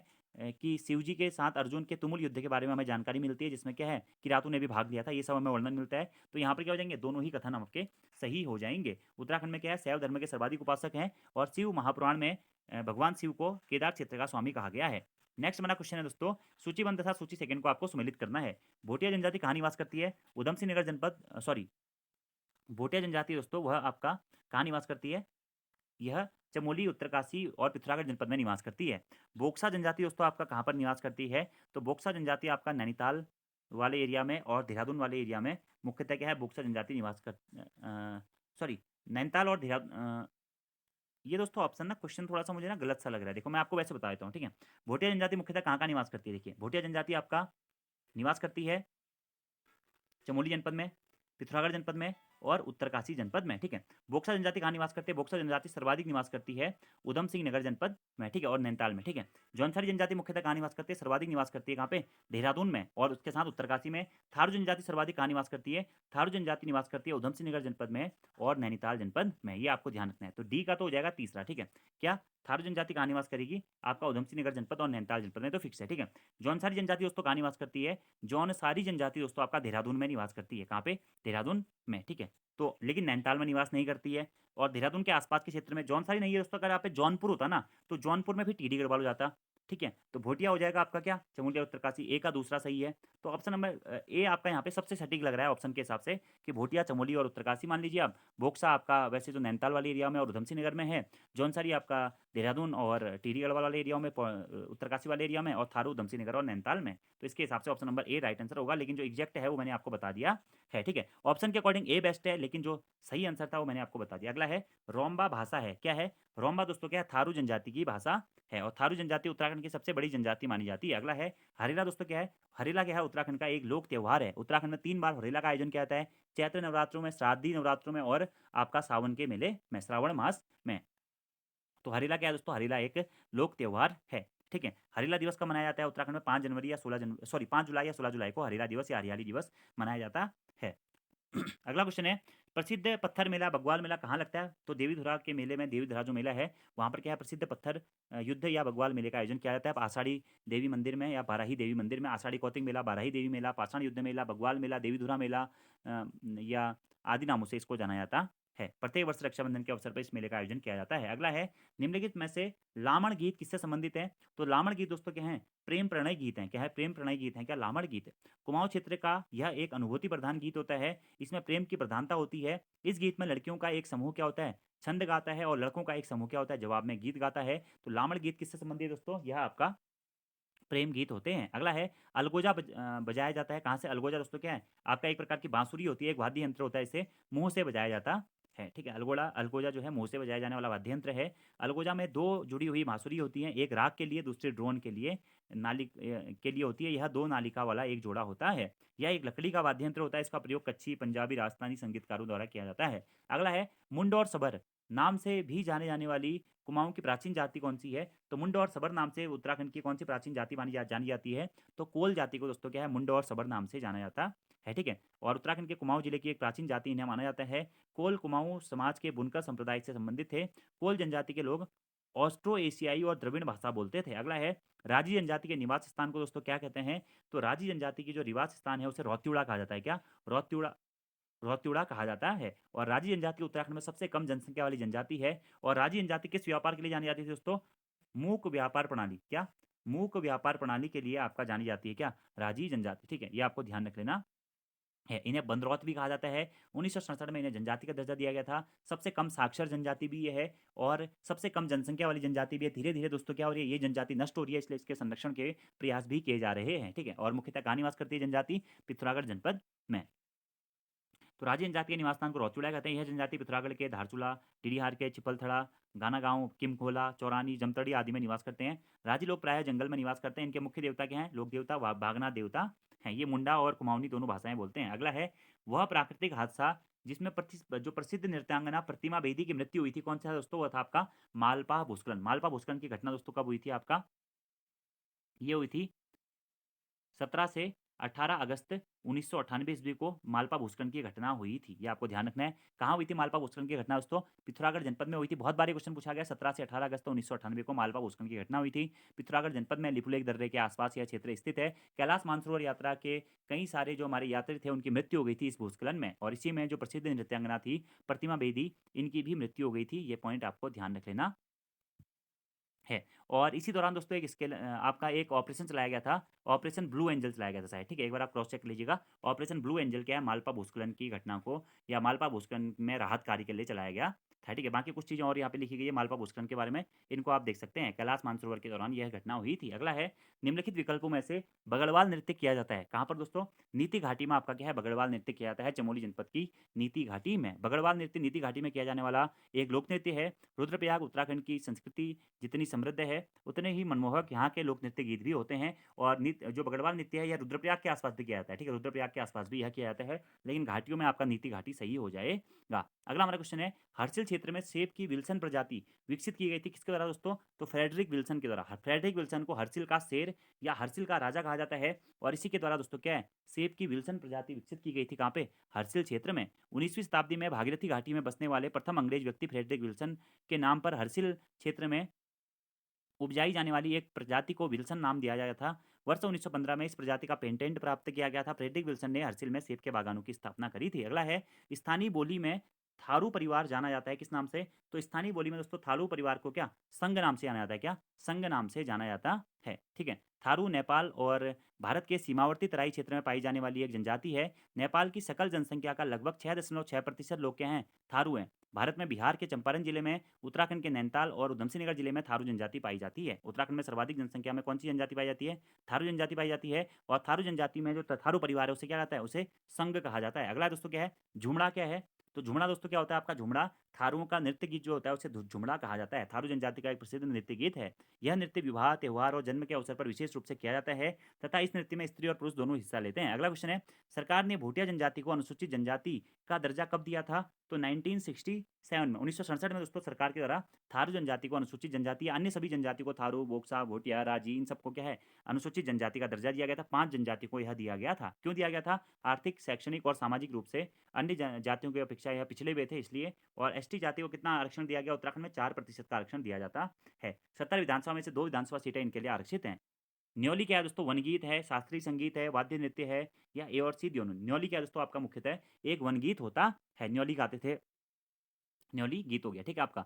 न्योली उत्तराखंड के कुमाऊँ क्षेत्र का अनुभूति वन प्रधान गीत है और न्योली का गायन पद्धति में प्रसिद्ध ऋतुएं, नायिका के नख, सिख भेद निहित होते हैं। छंद शास्त्र की दृष्टि से न्योली को 14 वर्णों का मुक्तक छंदक कहा गया है। अगला है, उत्तराखंड की संस्कृति में ठुल ढुसको या ठुल खेल किसे कहा गया है? तो पहाड़ी रामायण को दोस्तों क्या कहा गया? ठुल ढुसको या ठुल खेल कहा जाता है। ठुल ढुसको या ठुल खेल उत्तराखंड के कुमाऊँ क्षेत्र में प्रचलित नृत्य गीत है। इसमें रामायण से संबंधित गाथाओं को गीत रूप में गाया जाता है। ठुल खेल में वाद्य संगीत के रूप में ढोल, झांझ और मंजीरे का प्रयोग किया जाता है तथा बच्चे, वृद्ध सभी लोग इसमें भाग ले सकते हैं। अगला क्या है दोस्तों? चौफुला क्या होता है? तो चौफुला आपका क्या है दोस्तों? चौफुला क्या होता है? नृत्य गीत होता है। चौफुला क्या होता है? एक नृत्य गीत होता है। चौफुला नृत्य भी होता है, चौफुला गीत भी होता है। माता पार्वती ने सबसे पहले भगवान शिव को प्रसिद्ध करने के लिए चौफुला नृत्य किया था। चौफुला नृत्य उत्तराखंड के गढ़वाल क्षेत्र में किया जाता है। यह नृत्य क्या है? श्रृंगार भाव प्रधान नृत्य है। ऐसी मान्यता है कि इस नृत्य को माता पार्वती ने भगवान शिव को प्रसन्न करने के लिए किया था। इसमें पुरुष नर्तकों को चौफुला और स्त्री नर्तकी को चौफुलो कहा जाता है। इसमें नर्तकों की संख्या सम होती है, एक साइड पुरुष और महिलाएं समान संख्या में होते हैं। अगला है, कुमाऊं शासकों की राजभाषा कौन सी थी? कत्यूरी शासकों की जो राजभाषा थी वह कौन सी थी दोस्तों? संस्कृत क्या थी? कत्यूरी शासकों की राजभाषा थी, ठीक है, यह आपको ध्यान रख लेना है। अगला क्वेश्चन है, यशोधर बाबू मठपाल का नाम किस विधा से जुड़ा हुआ है? तो यशोधर बाबू मठपाल जी या यशोधर मठपाल जी का जो नाम है वह चित्रकला से जुड़ा हुआ माना जाता है। यशोधर मठपाल जी एक पुरातत्वविद, चित्रकार और क्यूरेटर, गांधीवादी और रॉक कला संरक्षणवादी हैं। इन्होंने वर्ष 1983 ईस्वी में नैनीताल जिले के भीमताल में लोक संस्कृति संग्रहालय की स्थापना करी थी। 2006 में भारत सरकार के द्वारा इन्हें पद्मश्री से भी सम्मानित किया गया था, यशोधर मठपाल जी को। लोक चित्रकला के रूप में इनको जाना जाता है। अगला है, निम्नलिखित में से कौन सी जनजाति लकड़ी की शिल्पकला के लिए जानी जाती है? तो राजी जनजाति को दोस्तों क्या है? लकड़ी की शिल्पकला के लिए जाना जाता है, ठीक है। ये कृषक उपकरण बनाने के लिए काफी प्रसिद्ध जनजाति के रूप में आपका राजी जनजाति को जाना जाता है, जो मुख्यतः पिथौरागढ़ जनपद में निवास करती है। सबसे कम जनसंख्या वाली जनजाति है। अगला क्वेश्चन है, पूर्णागिरि मेला दोस्तों कब लगता है? तो पूर्णागिरि मेला चैत्र नवरात्रि और शारदीय नवरात्र दोनों में पूर्णागिरि मेले का आयोजन किया जाता है। पूर्णागिरि मंदिर कहाँ है दोस्तों? आपका यहाँ चंपावत जनपद में स्थित है, टनकपुर से 35-40 किलोमीटर की दूरी पर पूर्णागिरि मंदिर हमारा स्थित है, जहाँ पे माता सती की पूजा की जाती है, माता पूर्णागिरि की पूजा की जाती है और चैत्र नवरात्रि और शारदीय नवरात्रों में इसका पूजा अर्चना की जाता है और मुख्यतः कहाँ स्थित है? चंपावत जनपद में स्थित है। अगला है, बधानी बोली कहाँ प्रचलित है? तो बधानी बोली दोस्तों आपका बधानगढ़ वाला एरिया है। बधानगढ़ का युद्ध हमने पढ़ा था रुद्रचंद और किसके मध्य में हुआ था? बलभद्र शाह के मध्य में हुआ था 1581 या 1590-91 में, ठीक है। सॉरी, हाँ, 1581 या 1590-91 में यह युद्ध हुआ था और इसी बधान क्षेत्र में जहाँ पे पिंडर नदी बहती है, पिंडर नदी घाटी का जो क्षेत्र है, वहाँ पर आपका बधानी बोली बोली जाती है। बधानी बोली क्या है? गढ़वाली की एक प्रसिद्ध बोली है। तो बधान क्षेत्र में जो बोली जाती है बधानी बोली, ठीक है। अगला है, गढ़वाल क्षेत्र का तलवार ढाल के साथ किया जाने वाला नृत्य गीत कौन सा है? वह है सरौन नृत्य। सरौन नृत्य क्या है दोस्तों? गढ़वाल क्षेत्र का तलवार ढाल के साथ में किया जाने वाला नृत्य है, ठीक है। जबकि कुमाऊं में तलवार ढाल के साथ में किया जाने वाला नृत्य गीत कौन सा होता है? वो आपका होता है छोलिया नृत्य, ठीक है। और जो बधानी बोली है ना दोस्तों, उत्तराखंड के दोस्तों कुमाऊनी भाषा, गढ़वाली भाषा, कुमाऊनी भाषा का इतिहास, गढ़वाली भाषा का इतिहास और इसके साथ में ही कुमाऊनी शब्दावली, गढ़वाली शब्दावली, कुमाऊनी मुहावरे, गढ़वाली मुहावरे, इसके मैंने आपको 3 से 4 क्लासेस दी हुई है डिटेल में, 2-2 3-3 घंटे की। उन क्लासेस को आप देख लीजिएगा, वहाँ से आपका एक पूरा जो आर्ट एंड कल्चर वाला पोर्शन है ना, वहाँ से भी कवर हो जाता है। वो जो पोर्शन है गढ़वाली कुमाऊनी वाला, हिंदी में भी है, उत्तराखंड में भी है।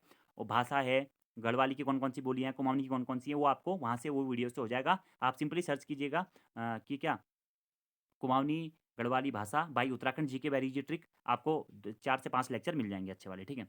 अगला है कि गढ़वाल क्षेत्र में तलवार ढाल के साथ सरव नृत्य किया जाता है, बताई दिया मैंने आपको। उजेरी और अंधेरी होली का संबंध किससे है? तो उजेरी और अंधेरी होली का संबंध दोस्तों किससे है? थारू जनजाति से माना जाता है, ये आपको ध्यान रखना है। नेक्स्ट है, चैतू और माणकू नामक चित्रकार को किस राजा ने अपने दरबार में आश्रय प्रदान किया था? तो चैतू और माणकू को दोस्तों क्या है? सुदर्शन शाह ने अपने दरबार में आश्रय प्रदान किया था। मौलाराम के शिष्य के रूप में इनको जाना जाता है। सुदर्शन शाह परमार राजवंश के 55वें और टिहरी रियासत के संस्थापक के रूप में जाने जाते हैं, ये आपको ध्यान रख लेना है। और यह क्या सबासान नामक ग्रंथ इनके द्वारा लिखा गया था, किस नाम से? कवि सूरत के नाम से। किस भाषा में? ब्रज भाषा में। अगला है दोस्तों क्या खसकुरा भाषा का संबंध है किससे? खसकुरा भाषा का संबंध दोस्तों किससे है? गोरखाली से है, ठीक है। खसकुरा भाषा का संबंध गोरखाली से है। इसको नेपाली भाषा के रूप में भी जाना जाता है। इसे भारतीय संविधान की 8वीं अनुसूची में एक भाषा के रूप में जोड़ा गया है। इसे खसकुरा खस भाषा, गोरखा खस भी कहा जाता है। यह भाषा नेपाल की मातृभाषा है और इसकी लेखन कला शैली देवनागरी है। अगला क्वेश्चन है, निम्नलिखित में से कौन सा बोक्सा जनजाति का त्यौहार है दोस्तों? तो होगड़ हो गया, ढहलिया हो गया, गोटरे हो गया, ये सब क्या है? बोक्सा जनजाति के त्यौहार माने जाते हैं। बोक्सा या बुक्सा जनजाति को 1967 में अनुसूचित जनजाति का दर्जा दिया गया था और उत्तराखंड की 5 अनुसूचित जनजातियों में से यह भी एक है। इन जनजातियों के प्रमुख त्यौहार कौन से हैं? होगड़, ढोलिया या ढेलिया और गोटरे है। बुक्सा जनजाति मुख्यतः उत्तराखंड के नैनीताल, देहरादून और पौड़ी गढ़वाल जिलों में निवास करती है। अगला क्वेश्चन है, कंडाली या किरजी उत्सव भोटिया जनजाति के द्वारा कब मनाया जाता है? तो 12 वर्षों में एक बार दोस्तों कंडाली या किरजी उत्सव मनाया जाता है। किसके द्वारा? भोटिया जनजाति के द्वारा, ठीक है। और कहाँ पर मनाया जाता है इस उत्सव का आयोजन? पिथौरागढ़ जनपद में किया जाता है। कंडाली या किरजी नामक उत्सव भोटिया जनजाति द्वारा 12 वर्षों में एक बार मनाया जाता है। यह पिथौरागढ़ के व्यास घाटी के बूंदी गांव में कुंभ की तर्ज पर मनाया जाता है। पिथौरागढ़ जनपद में इसका आयोजन होता है कंडाली उत्सव का या किरजी उत्सव का। नेक्स्ट क्वेश्चन है, उत्तराखंड में निम्नलिखित में से कौन सा लोक नृत्य है? तो यहाँ पर जो छोलिया है दोस्तों, ये क्या है? छोलिया आपका क्या है? छोलिया हो गया, छोपती हो गया, तांदी हो गया, ये तीनों क्या हैं? ये उपयुक्त सभी दोस्तों क्या हो जाएंगे? लोक नृत्य हो जाएंगे। ऑप्शन नंबर डी इसका आंसर होगा। क्या होगा? ऑप्शन नंबर डी क्या होगा? छोलिया हो गया, छोपती हो गया, तांदी हो गया, ये क्या है? तीनों उत्तराखंड के लोक नृत्य हैं। अगला क्वेश्चन है, विंटर लाइन कार्निवल का आयोजन कहाँ पे होता है? मसूरी, देहरादून में दोस्तों। क्या होता है? प्रत्येक वर्ष नवंबर दिसंबर के माह में विंटर लाइन कार्निवल का आयोजन होता है, ठीक है। और उत्तराखंड का एक सांस्कृतिक कार्यक्रम के रूप में भी विंटर लाइन कार्निवल को जाना जाता है। जब विंटर लाइन दिखती है मसूरी में, तब विंटर लाइन कार्निवल का आयोजन किया जाता है पहाड़ों की रानी मसूरी में। अगला क्वेश्चन है, काशीपुर में बाला सुंदरी देवी मंदिर का मेला कहाँ पर लगता है? तो इसी को दोस्तों क्या, यह मेला क्या होता है? चैती मेले के नाम से भी जाना जाता है। जो बाला सुंदरी देवी मंदिर है काशीपुर में, उधम सिंह नगर जनपद के काशीपुर में, तो बोक्सा जनजाति के प्रसिद्ध त्योहार के रूप में इस चैती मेले को जाना जाता है। बाला सुंदरी देवी मंदिर में यह मेला लगता है काशीपुर में, चैती मेला। तो काशीपुर में बाला सुंदरी देवी मंदिर में चैती मेला लगता है। यह मेला प्रत्येक वर्ष चैत्र माह की पहली नवरात्रि से शुरू होता है। और यह मंदिर उत्तराखंड के नैनीताल जिले के काशीपुर कस्बे में, नैनीताल नहीं होगा दोस्तों, सॉरी, उधम सिंह नगर जिले के काशीपुर कस्बे में कुंडेश्वरी मार्ग पर स्थित है। या कुंडेश्वरी देवी मंदिर के नाम से भी यह बाला सुंदरी देवी मंदिर को जाना जाता है। कुंडेश्वरी एक स्थान भी है काशीपुर में, वहीं पर यह मंदिर स्थित है। अगला है, भोटिया जनजाति के लोकगीत हैं, कौन सा है दोस्तों? तुबेरा, बाजियो और तिमली, ये सभी क्या हैं? भोटिया जनजाति के लोकगीत माने जाते हैं, तुबेरा, बाजियो और तिमली। और भोटिया जनजाति के लोगों को भोटिया, भोट और भूटानी कहा जाता है। भोटिया जनजाति मंगोलायड प्रकार की जनजाति है। 1967 में जनजाति का दर्जा दिया गया था। अगला है, हिल यात्रा लोक नाट्य का प्रमुख केंद्रीय पात्र कौन होता है? तो श्रावण मास में दोस्तों क्या होता है? हिल यात्रा उत्सव का आयोजन किया जाता है। कहाँ पे? पिथौरागढ़ जनपद में। मुखौटा नृत्य शैली का प्रयोग किया जाता है और प्रत्येक वर्ष इसका आयोजन किया जाता है। और स्वांग नृत्य इसमें किया जाता है। और इस लोक नाट्य का प्रसिद्ध केंद्रीय पात्र क्या होता है दोस्तों? वह होता है लखिया भूत, ये आपको ध्यान रखना है। हिल यात्रा उत्तराखंड की एक विशिष्ट लोक नाट्य शैली है। मुखौटे के साथ में होने वाले इस उत्सव में लोक जीवन के साथ आस्था और हास्य भी होते हैं। मुख्य पात्रों की भूमिका पुरुष निभाते हैं और लखिया भूत इस उत्सव का मुख्य पात्र होता है। अगला है, उत्तराखंड की लोक कला अल्पना के लिए प्रचलित शब्द कौन सा है दोस्तों? ऐपण कहा जाता है। ऐपण गल्ल वर्तमान में कौन है? मीनाक्षी खाती है। तो ऐपण एक प्रकार की अल्पना, आलेखन या रंगोली होती है, जिसे कुमाऊं क्षेत्र या उत्तराखंड के कुमाऊं क्षेत्र में निवासी अपने शुभ कार्यों के दौरान इनका चित्रांकन करते हैं। वह उत्तराखंड की अमूल्य लोक कला ऐपण को घर के द्वार तथा देहली और मंदिरों में सजाने के लिए किया जाता है। अगला है, कुमाऊं का प्रसिद्ध स्थान रंगवाली पिछौड़ी के लिए कौन सा स्थान जाना जाता है? तो अल्मोड़ा वाला जो स्थान है दोस्तों, वह आपका रंगवाली पिछौड़ी के लिए जाना जाता है, ठीक है। तो पिछौड़ा गाँव तक कुमाऊं में फेमस है और रंगवाली पिछौड़ी के लिए आपका अल्मोड़ा को जाना जाता है। अगला है कि उत्तराखंड की लोक परंपरा के अनुसार कौन तीर और धनुष लिए हुए एक शिकारी देवता है? तो जो एडी देवता है, कौन है? हमारे एडी देवता जो है दोस्तों, यह क्या है? तीर और धनुष लिए हुए एक शिकारी देवता के रूप में इनको जाना जाता है, ठीक है। तो उत्तराखंड की लोक परंपरा के अनुसार तीर और धनुष लिए हुए एक शिकारी देवता एडी देवता है। इस देवता को कुमाऊं का प्रसिद्ध योद्धा और रक्षक माना गया है। मकर संक्रांति के अवसर के मेले पर यहाँ पर क्या होता है? जो एडी देवता मंदिर है, वहाँ पर मेले का आयोजन भी किया जाता है। एडी देवता क्या है? तीर और धनुष हाथ में लिए हुए शिकारी देवता है। अगला है, महान नृत्यांगना सितारा देवी का संबंध किस नृत्य से है? तो सितारा देवी का नृत्य किससे है? कथक से। ऑप्शन नंबर ए आपका सही आंसर हो जाएगा। अगला क्वेश्चन है, डीडी शर्मा जी को जाना जाता है क्यों? हिमालयी बोलियों के विशेषज्ञ के तौर पर दोस्तों क्या होता है? डीडी शर्मा जी को जाना जाता है क्या? हिमालयी बोलियों के विशेषज्ञ के तौर पर। अगला क्वेश्चन है, स्कॉटलैंड का कौन सा संगीत वाद्य यंत्र उत्तराखंड की संस्कृति में समाहित है? तो मसकबीन है, जिसे बैक पाइपर भी कहा जाता है, ये मैंने आपको बता ही दिया है। यह स्कॉटलैंड का मुख्यतः वाद्य यंत्र है। अगला है, खड़ दीपक पूजा के लिए कमलेश्वर मंदिर कहाँ अवस्थित है? तो यह दोस्तों कहाँ है? आपका श्रीनगर में स्थित है, पौड़ी गढ़वाल जनपद में कमलेश्वर मंदिर। अगला है, कौन सी उत्तराखंड की जनजाति नहीं है? गौंड दोस्तों क्या है? उत्तराखंड की जनजाति नहीं है। अगला है, इनमें से कौन उत्तराखंड का लोक वाद्य यंत्र है? तो उत्तराखंड राज्य का लोक वाद्य यंत्र दोस्तों वीणा, सितार, तानपुरा, ये सब का प्रयोग तो हर जगह किया जाता है। हुड़का जो है, हुड़की बाजी है, ठीक है। हुड़का जो है मुख्यतः जागर आगर में भी इसका प्रयोग किया जाता है। हुड़का क्या है? उत्तराखंड का एक लोक वाद्य यंत्र है, जबकि अन्य भी है, लेकिन मुख्यतः क्या है? हुड़का है, ठीक है। हुड़का हो गया, ढोल हो गया, दमामा हो गया, रणसिंगा हो गया, मसकबीन हो गया, तुरही हो गया, ये सब कुछ, ठीक है। तो उत्तराखंड का लोक वाद्य यंत्र हुड़का है। यह कुमाऊं तथा गढ़वाल क्षेत्रों में इस्तेमाल होने वाला वाद्य यंत्र है। हुड़का को जागरों, कृषि कार्यों और युद्ध प्रेरक प्रसंगों में गाया जाता है, मतलब बजाया जाता है। और उत्तराखंड के वाद्य यंत्र सरल लेकिन भावनाओं में अद्वितीय होते हैं, ये भी आपको ध्यान रखना है। अगला क्वेश्चन है कि कौन सा नृत्य गुजरात के गरबा नृत्य और आसाम के बिहू नृत्य के समान है? तो जो चौफला नृत्य दोस्तों, यह क्या है? उत्तराखंड में गुजरात का जो गरबा नृत्य है और असम के बिहू नृत्य के समान इसको माना जाता है। चौफला उत्तराखंड का एक मौसमी लोक नृत्य है। इस नृत्य में पुरुष और महिलाएं दोनों भाग लेते हैं। यह वैसाखी महोत्सव के दौरान किया जाता है क्या? चौफला। अगला है, कुमाऊं उत्तराखंड में प्रयुक्त बोली समूह का चयन करें। कुमाऊनी, गढ़वाली और जौनसारी बोली का यहाँ पे प्रयोग किया जाता है। Option number C right answer हो जाएगा, ठीक है। अगला है न्योली किस प्रकार का गीत है? न्योली दोस्तों क्या होता है आपका वन गीत होता है और एक प्रकार का विरह गीत होता है, जिससे विरह की याद में जो कन्या जिसका विवाह अल्पायु में हो जाता है, वह जंगल में अपने मायके की याद में, अपने पति की याद में क्या होता है, विरह गीत या न्योली गीत का गायन करते हैं। श्रृंगारिक नृत्य गीत यह है, विरह गीत। अगला है जगत राम वर्मा किस क्षेत्र से संबंधित हैं? तो जगत राम वर्मा जी को जौनसारी लोकगीत के लोक गायक के रूप में जाना जाता है। जगत राम वर्मा उत्तराखंड के जौनसर बाबर क्षेत्र के लोक गायक थे। उनके गीतों को लोग उत्तराखंड की आवाज़ मानते थे। ये जौनसारी लोक संगीत से संबंधित हैं। अगला है छोलिया नृत्य का प्रदर्शन और साहित्य किसकी सहायता से किया जाता है? छोलिया नृत्य का जो प्रदर्शन है तलवार ढाल की सहायता से किया जाता है। कुमाऊं क्षेत्र में मुख्यतः किया जाता है। अगला है राजुला मालुशाही क्या है दोस्तों? रजुला मालुशाही क्या है? मुख्यतः क्या है? एक प्रेम गाथा है। रजुला मालुशाही प्रेम गाथा, ठीक है। रजुला मालुशाही एक कुमाऊनी प्रेम गाथा और उत्तराखंड की पुरानी लोक कथा है। यह कहानी कुमाऊं के कत्यूरी राजवंश के राजकुमार मालुशाही और सौका परिवार की एक युवा लड़की राजुला के प्यार से संबंधित है। यह कहानी त्याग, समर्पण और विश्वास से परिपूर्ण है। राजुला मालुशाही प्रेम कहानी के ऊपर भी मैंने वीडियो बनाया हुआ है। अगला हमारा प्रश्न है हुड़का किस जनजाति का मुख्य वाद्य यंत्र है? तो हुड़का दोस्तों आपका भोटिया जनजाति का मुख्य वाद्य यंत्र माना जाता है। कौन सी जनजाति का? भोटिया जनजाति का। भोटिया जनजाति के संगीत वाद्य यंत्रों में बांसुरी, यांगजे, ड्रम और यारका भी शामिल होता है और हुड़का भी आपका भोटिया जनजाति का एक मुख्य वाद्य यंत्र है। नेक्स्ट क्वेश्चन है धागुली आभूषण दोस्तों कहाँ पहना जाता है? तो धागुली जो आभूषण है वह कहाँ पे पहना जाता है? हाथ में पहना जाता है। क्या? धागुली नामक आभूषण, ये आपको बच्चों को मुख्यतः धागुली पहनाया जाता है। जबकि कंदोरा या करधनी नामक आभूषण क्या होता है दोस्तों? कमर में पहना जाता है।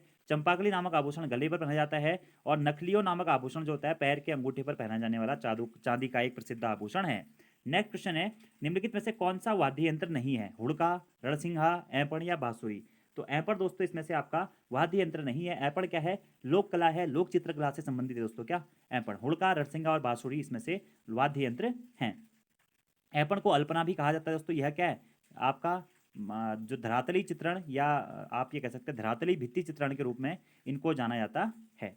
अगला हमारा क्वेश्चन है लोक गायिका कबूतरी देवी किस स्थान से संबंधित है? तो कबूतरी देवी को दोस्तों उत्तराखंड की तीजन बाई कहा जाता है। यह कुमाऊं की एक प्रसिद्ध लोक गायिका के रूप में जानी जाती हैं और इनका संबंध उत्तराखंड के चंपाओ जनपद से दोस्तों माना जाता है, ठीक है। मुख्यतः कबूतरी देवी मूल रूप से सीमांत जनपद पिथौरागढ़ के मुनाकाट ब्लॉक के क्वितड़ गांव की रहने वाली हैं और इन्हें दोस्तों पहाड़ियों की आवाज़ के नाम से या उत्तराखंड की तीजन बाई के नाम से जाना जाता है। और वर्तमान में दोस्तों ये कहाँ से संबंध, मतलब उस समय पे जब इनके लास्ट टाइम पे मृत्यु हुई थी यह चंपावत से संबंधित थी। अगला हमारा क्वेश्चन है निम्नलिखित में से कौन उत्तराखंड का सबसे छोटा जनजातीय समूह है? तो राजी दोस्तों क्या है? उत्तराखंड का सबसे छोटा जनजातीय समूह है। मात्र 0.27% हिस्सा ही जो उत्तराखंड की जनजातीय हिस्सा है उसमें राजी जनजाति का माना जाता है। जबकि उत्तराखंड में सर्वाधिक जो जनजाति है वो थारू जनजाति है, फिर जौनसारी है, फिर बोक्सा है, फिर भोटिया है और उसके बाद में अंतिम में है राजी। अगला है उत्तराखंड का लोक नृत्य कौन सा है? चांचरी, न्योली, हुड़किया बोल या इनमें से कोई नहीं? तो चांचरी दोस्तों इसमें से क्या हो जाएगा? आपका लोक नृत्य हो जाएगा। न्योली दोस्तों वन गीत है। हुड़किया बोल भी क्या होते हैं? लोकगीत होते हैं। हुड़किया बोल गीत मुख्यतः रोपाई के समय पे या कृषि संबंधी गीत के रूप में हुड़किया बोल गीत को जाना जाता है। जबकि चांचरी दोस्तों जोड़ा चांचरी जो हो जाएगा यह लोक नृत्य हो जाएंगे। चांचरी में मुख्यतः क्या होता है? गोल घेरा बना करके यह चांचरी नृत्य किया जाता है। यह नृत्य कुमाऊं और गढ़वाल दोनों में किया जाता है, ये आपको ध्यान रखना है। अगला हमारा प्रश्न है कि बेदिनी बुग्याल कहाँ स्थित है? तो बेदिनी बुग्याल दोस्तों आपका चमोली जनपद में स्थित है और उत्तराखंड का सबसे बड़ा बुग्याल या एशिया का सबसे बड़ा घास का मैदान भी इसको माना जाता है। इसे बर्नेडी हॉट के नाम से भी जाना जाता है। किसको? बेदिनी बुग्याल को। कहाँ है? चमोली में स्थित है। बुलांक नामक आभूषण कहाँ है? तो बुलांग नामक आभूषण दोस्तों कहाँ पे? नाक में बनाया जाता है। किशन महिपाल जी का एक गाना है रानीखेत राम डोला वाला, तो वहाँ पर आपको एक लाइन सुनी होगी कि तेरी नाक है कि बुलांक मेरी सुहा भल साजनी, मतलब नाक में पहनी जाती है बुलांक, ठीक है। तो बुलांक आभूषण कहाँ पे? नाक में पहना जाता है। नाक पर पहने जाने वाले कुछ अन्य आभूषण कौन से हैं? नथ है, बाड़ी है, कांता है, चुन्नी है, लौंग है, लटकन है, चौप है, बलनी है, था नाथ है, भोगली है। ये सब आभूषण कहाँ? नाक पर पहने जाने वाले आभूषण है। अगला है मुरखली, नथुली और गुलबंद। निम्नलिखित में से क्या है दोस्तों? तो मुरखली, नथुली और गुलबंद ये क्या है दोस्तों? आपके आभूषण हैं। ये आपको ध्यान रख लेना है और महिलाओं के द्वारा पहने जाने वाले आभूषण हैं, ठीक है। मुरखली दोस्तों कहाँ पर पहना जाता है? मुरखली या मुंदड़ी आपका जो है कान में पहने जाने वाला आभूषण है। जबकि जो नथुली है दोस्तों नाथ में बनी जाती है। तेरे नाथ है कि नथुली, ठीक है। गलोबंद, गलोबंद हार या चवंदी माला हमेल आभूषण आपका गले में पहना जाता है। अगला है उदय शंकर नृत्य और नाट्य अकादमी कहाँ स्थित है? तो उदय शंकर नृत्य और नाट्य अकादमी दोस्तों आपका कहाँ पर? अल्मोड़ा में स्थित है उदय शंकर नृत्य और नाट्य अकादमी, ठीक है। यह अकादमी भारत के प्रसिद्ध नर्तक और कोरियोग्राफर उदय शंकर जी की याद में बनाई गई है। इन्हें भारत में आधुनिक नृत्य का जनक भी कहा जाता है। 1962 में संगीत नाटक अकादमी तथा 1971 में पद्म भूषण पुरस्कार से इन्हें सम्मानित किया गया था। तो उदय शंकर नृत्य एवं नाट्य अकादमी अल्मोड़ा में स्थित है। इसकी स्थापना 2003 के आसपास की गई थी। अगला है गढ़वाल पेंटिंग्स नामक पुस्तक के लेखक कौन है? तो गढ़वाल पेंटिंग्स नामक पुस्तक के लेखक है दोस्तों कौन? मुकुंदी लाल जी। गढ़वाल पेंटिंग्स हो गया, सम नोट्स ऑन मोलाराम हो गया, ये आपके जो पुस्तकें हैं किसकी है? मुकुंदी लाल जी की हैं। और मौलाराम के चित्रों को दुनिया के सामने रखे जाने का श्रेय भी किसको जाता है? मुकुंदी लाल जी को ही जाता है, जिनका जन्म हुआ था 14 अक्टूबर 1885 ईस्वी को उत्तराखंड के चमोली जिले के पाटली गांव में। इन्होंने दोस्तों 1922 में लैंसडाउन से यंग इटली की तर्ज पर तरुण कुमाऊं नामक मासिक पत्रिका का संपादन भी किया था। और 20वीं सदी में मौलाराम के चित्रों को खोजने का श्रेय या मौलाराम को विश्व प्रसिद्ध करने का श्रेय किसको जाता है? बैरिस्टर मुकुंदी लाल जी को ही जाता है। और इनकी पुस्तकें हैं क्या?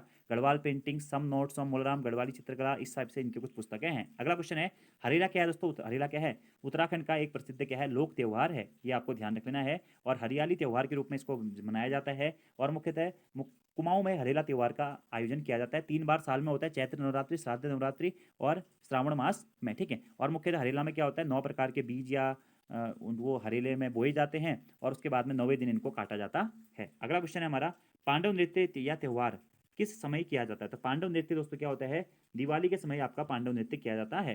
पांडव नृत्य दिवाली के समय या दिवाली के त्योहार के समय किया जाता है। दिवाली को दीप या प्रकाश का पर्व भी माना जाता है।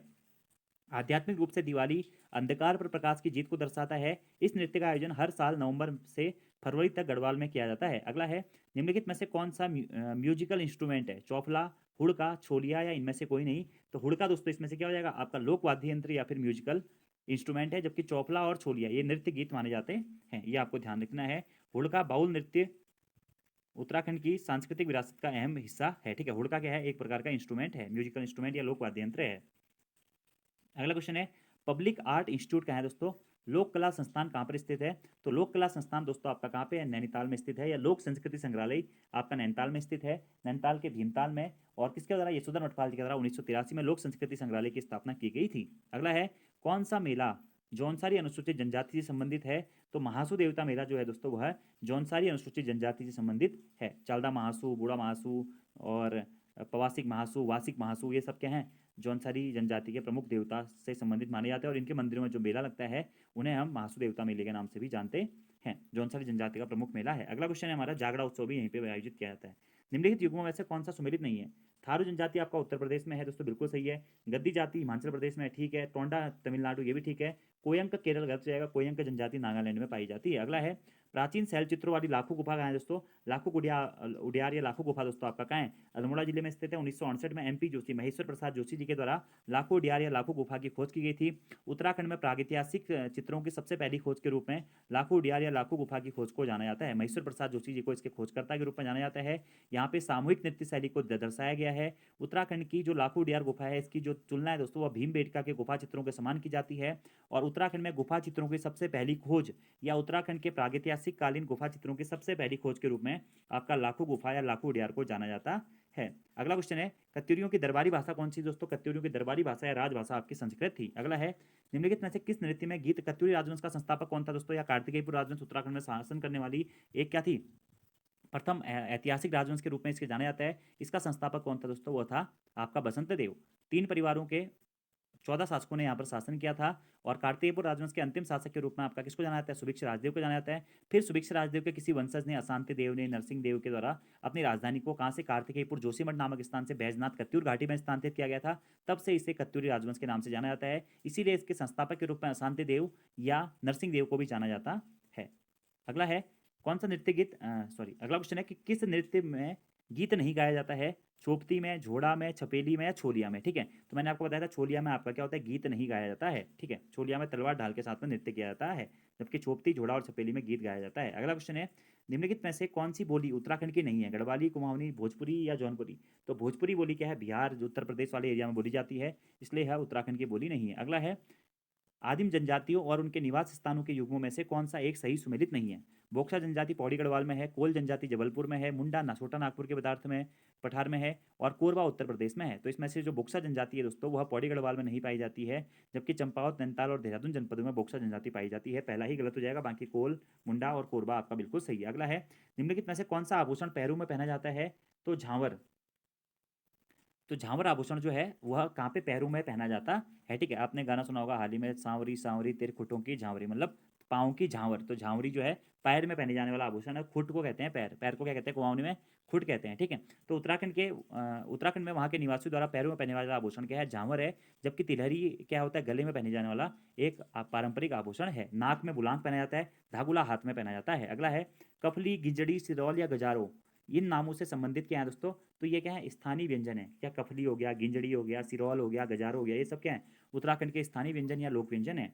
अगला क्वेश्चन है, सूची 1 तथा सूची 2 को सम्मिलित करके सही उत्तर का चयन आपको करना है। झूमेलो नृत्य दोस्तों किससे संबंधित है, झूमेलो झूमेलो करके यह नृत्य किया जाता है कुमाऊं गढ़वाल में संयुक्त रूप से किया जाता है। प्रकृति और प्रेम से संबंधित नृत्य के रूप में इसको जाना जाता है, किसको, झूमेलो गीत को, ठीक है। छोलिया नृत्य दोस्तों तलवार ढाल के साथ में किया जाता है, तो विजयी नृत्य के रूप में इसको किया जाता है, या वीर रस नृत्य के रूप में इसको किया जाता है। बाजूबंद नृत्य दोस्तों क्या होता है, प्रेम और श्रृंगार के प्रतीक के रूप में क्या होता है, बाजूबंद नृत्य गीत को किया जाता है। और पांडव नृत्य क्या होता है, सिद्ध पुरुष पांडवों की स्मृति में किया जाता है। इसलिए आपका इसका राइट आंसर हो जाएगा ऑप्शन नंबर सी। क्या, झुमेलो प्रकृति और प्रेम संबंधी गीत है, छोलिया विजय गीत है, बाजूबंद प्रेम और श्रृंगार गीत है, जबकि पांडव गीत क्या है, सिद्ध पुरुष गीत है। अगला है, उत्तराखंड की महिलाओं का प्रसिद्ध परंपरागत आभूषण तिलहरी कहाँ पहना जाता है, तो तिलहरी दोस्तों कहाँ पर, गले में पहना जाता है, कहाँ पर, गले में। तो उत्तराखंड की महिलाओं का जो प्रसिद्ध परंपरागत आभूषण है तिलहरी, कहाँ पर, गले में। अगला है, कुमाऊं क्षेत्र के परंपरागत ओढ़ने को रंगवाली बिछौड़ी कहा जाता है। इसका कारण क्या है, रंगवाली बिछौड़ी के लिए आपका अल्मोड़ा काफी प्रसिद्ध माना जाता है। इसका कारण क्या है, रंग व कलाकृति या चित्रांकन। रंगवाली बिछौड़ी एक दुपट्टा या स्टॉल होता है जो कि आमतौर पर सफेद मलमल या वायल का कपड़ा होता है। इस पारंपरिक रंग कलाकृति और चित्रांकन को मनमोहक स्वरूप दिया जाता है, जिसके कारण इसे रंगोली बिछौड़ी या रंगवाली बिछौड़ी कहा जाता है। अगला है, पंडित गोविंद बल्लभ पंत राजकीय संग्रहालय कहाँ स्थित है, तो पंडित गोविंद बल्लभ पंत जो राजकीय संग्रहालय है वो खूंट ग्राम अल्मोड़ा में इनका जन्म हुआ था। और खूंट में ही दोस्तों क्या है, पंडित गोविंद बल्लभ पंत क्या है, राजकीय संग्रहालय स्थित है अल्मोड़ा खूंट में। अगला क्वेश्चन है कि भीमताल में लोक संस्कृति संग्रहालय की स्थापना किसके द्वारा की गई थी, तो यशोधर मठपाल जी के द्वारा 1983 ईस्वी में लोक संस्कृति संग्रहालय की स्थापना की गई थी। आप देखिए कुछ कुछ क्वेश्चन दोस्तों कितनी बार रिपीट हुए हैं, ठीक है। अगला है, उत्तराखंड में शुद्ध साहित्य समिति 1913 का गठन किसके द्वारा किया गया था, तो स्वामी सत्यदेव परिव्राजक जी के द्वारा, किसके द्वारा, स्वामी सत्यदेव परिव्राजक जी के द्वारा आपका शुद्ध साहित्य समिति का गठन किया गया था। कब किया गया था, 1913 ईस्वी में। कहाँ पर किया गया था, अल्मोड़ा में किया गया था। और 1925 में इनके द्वारा ही अल्मोड़ा में एक अनाथालय भी खोजा गया था। स्वामी सत्यदेव परिव्राजक जी आर्य समाज के एक सन्यासी, भारतीय स्वतंत्रता संग्राम सेनानी और हिंदी साहित्यकार थे। अगला क्वेश्चन है, निम्नलिखित में से कौन यमुना बेसिन में मत्स्या खेत से संबंधित है, ठीक है।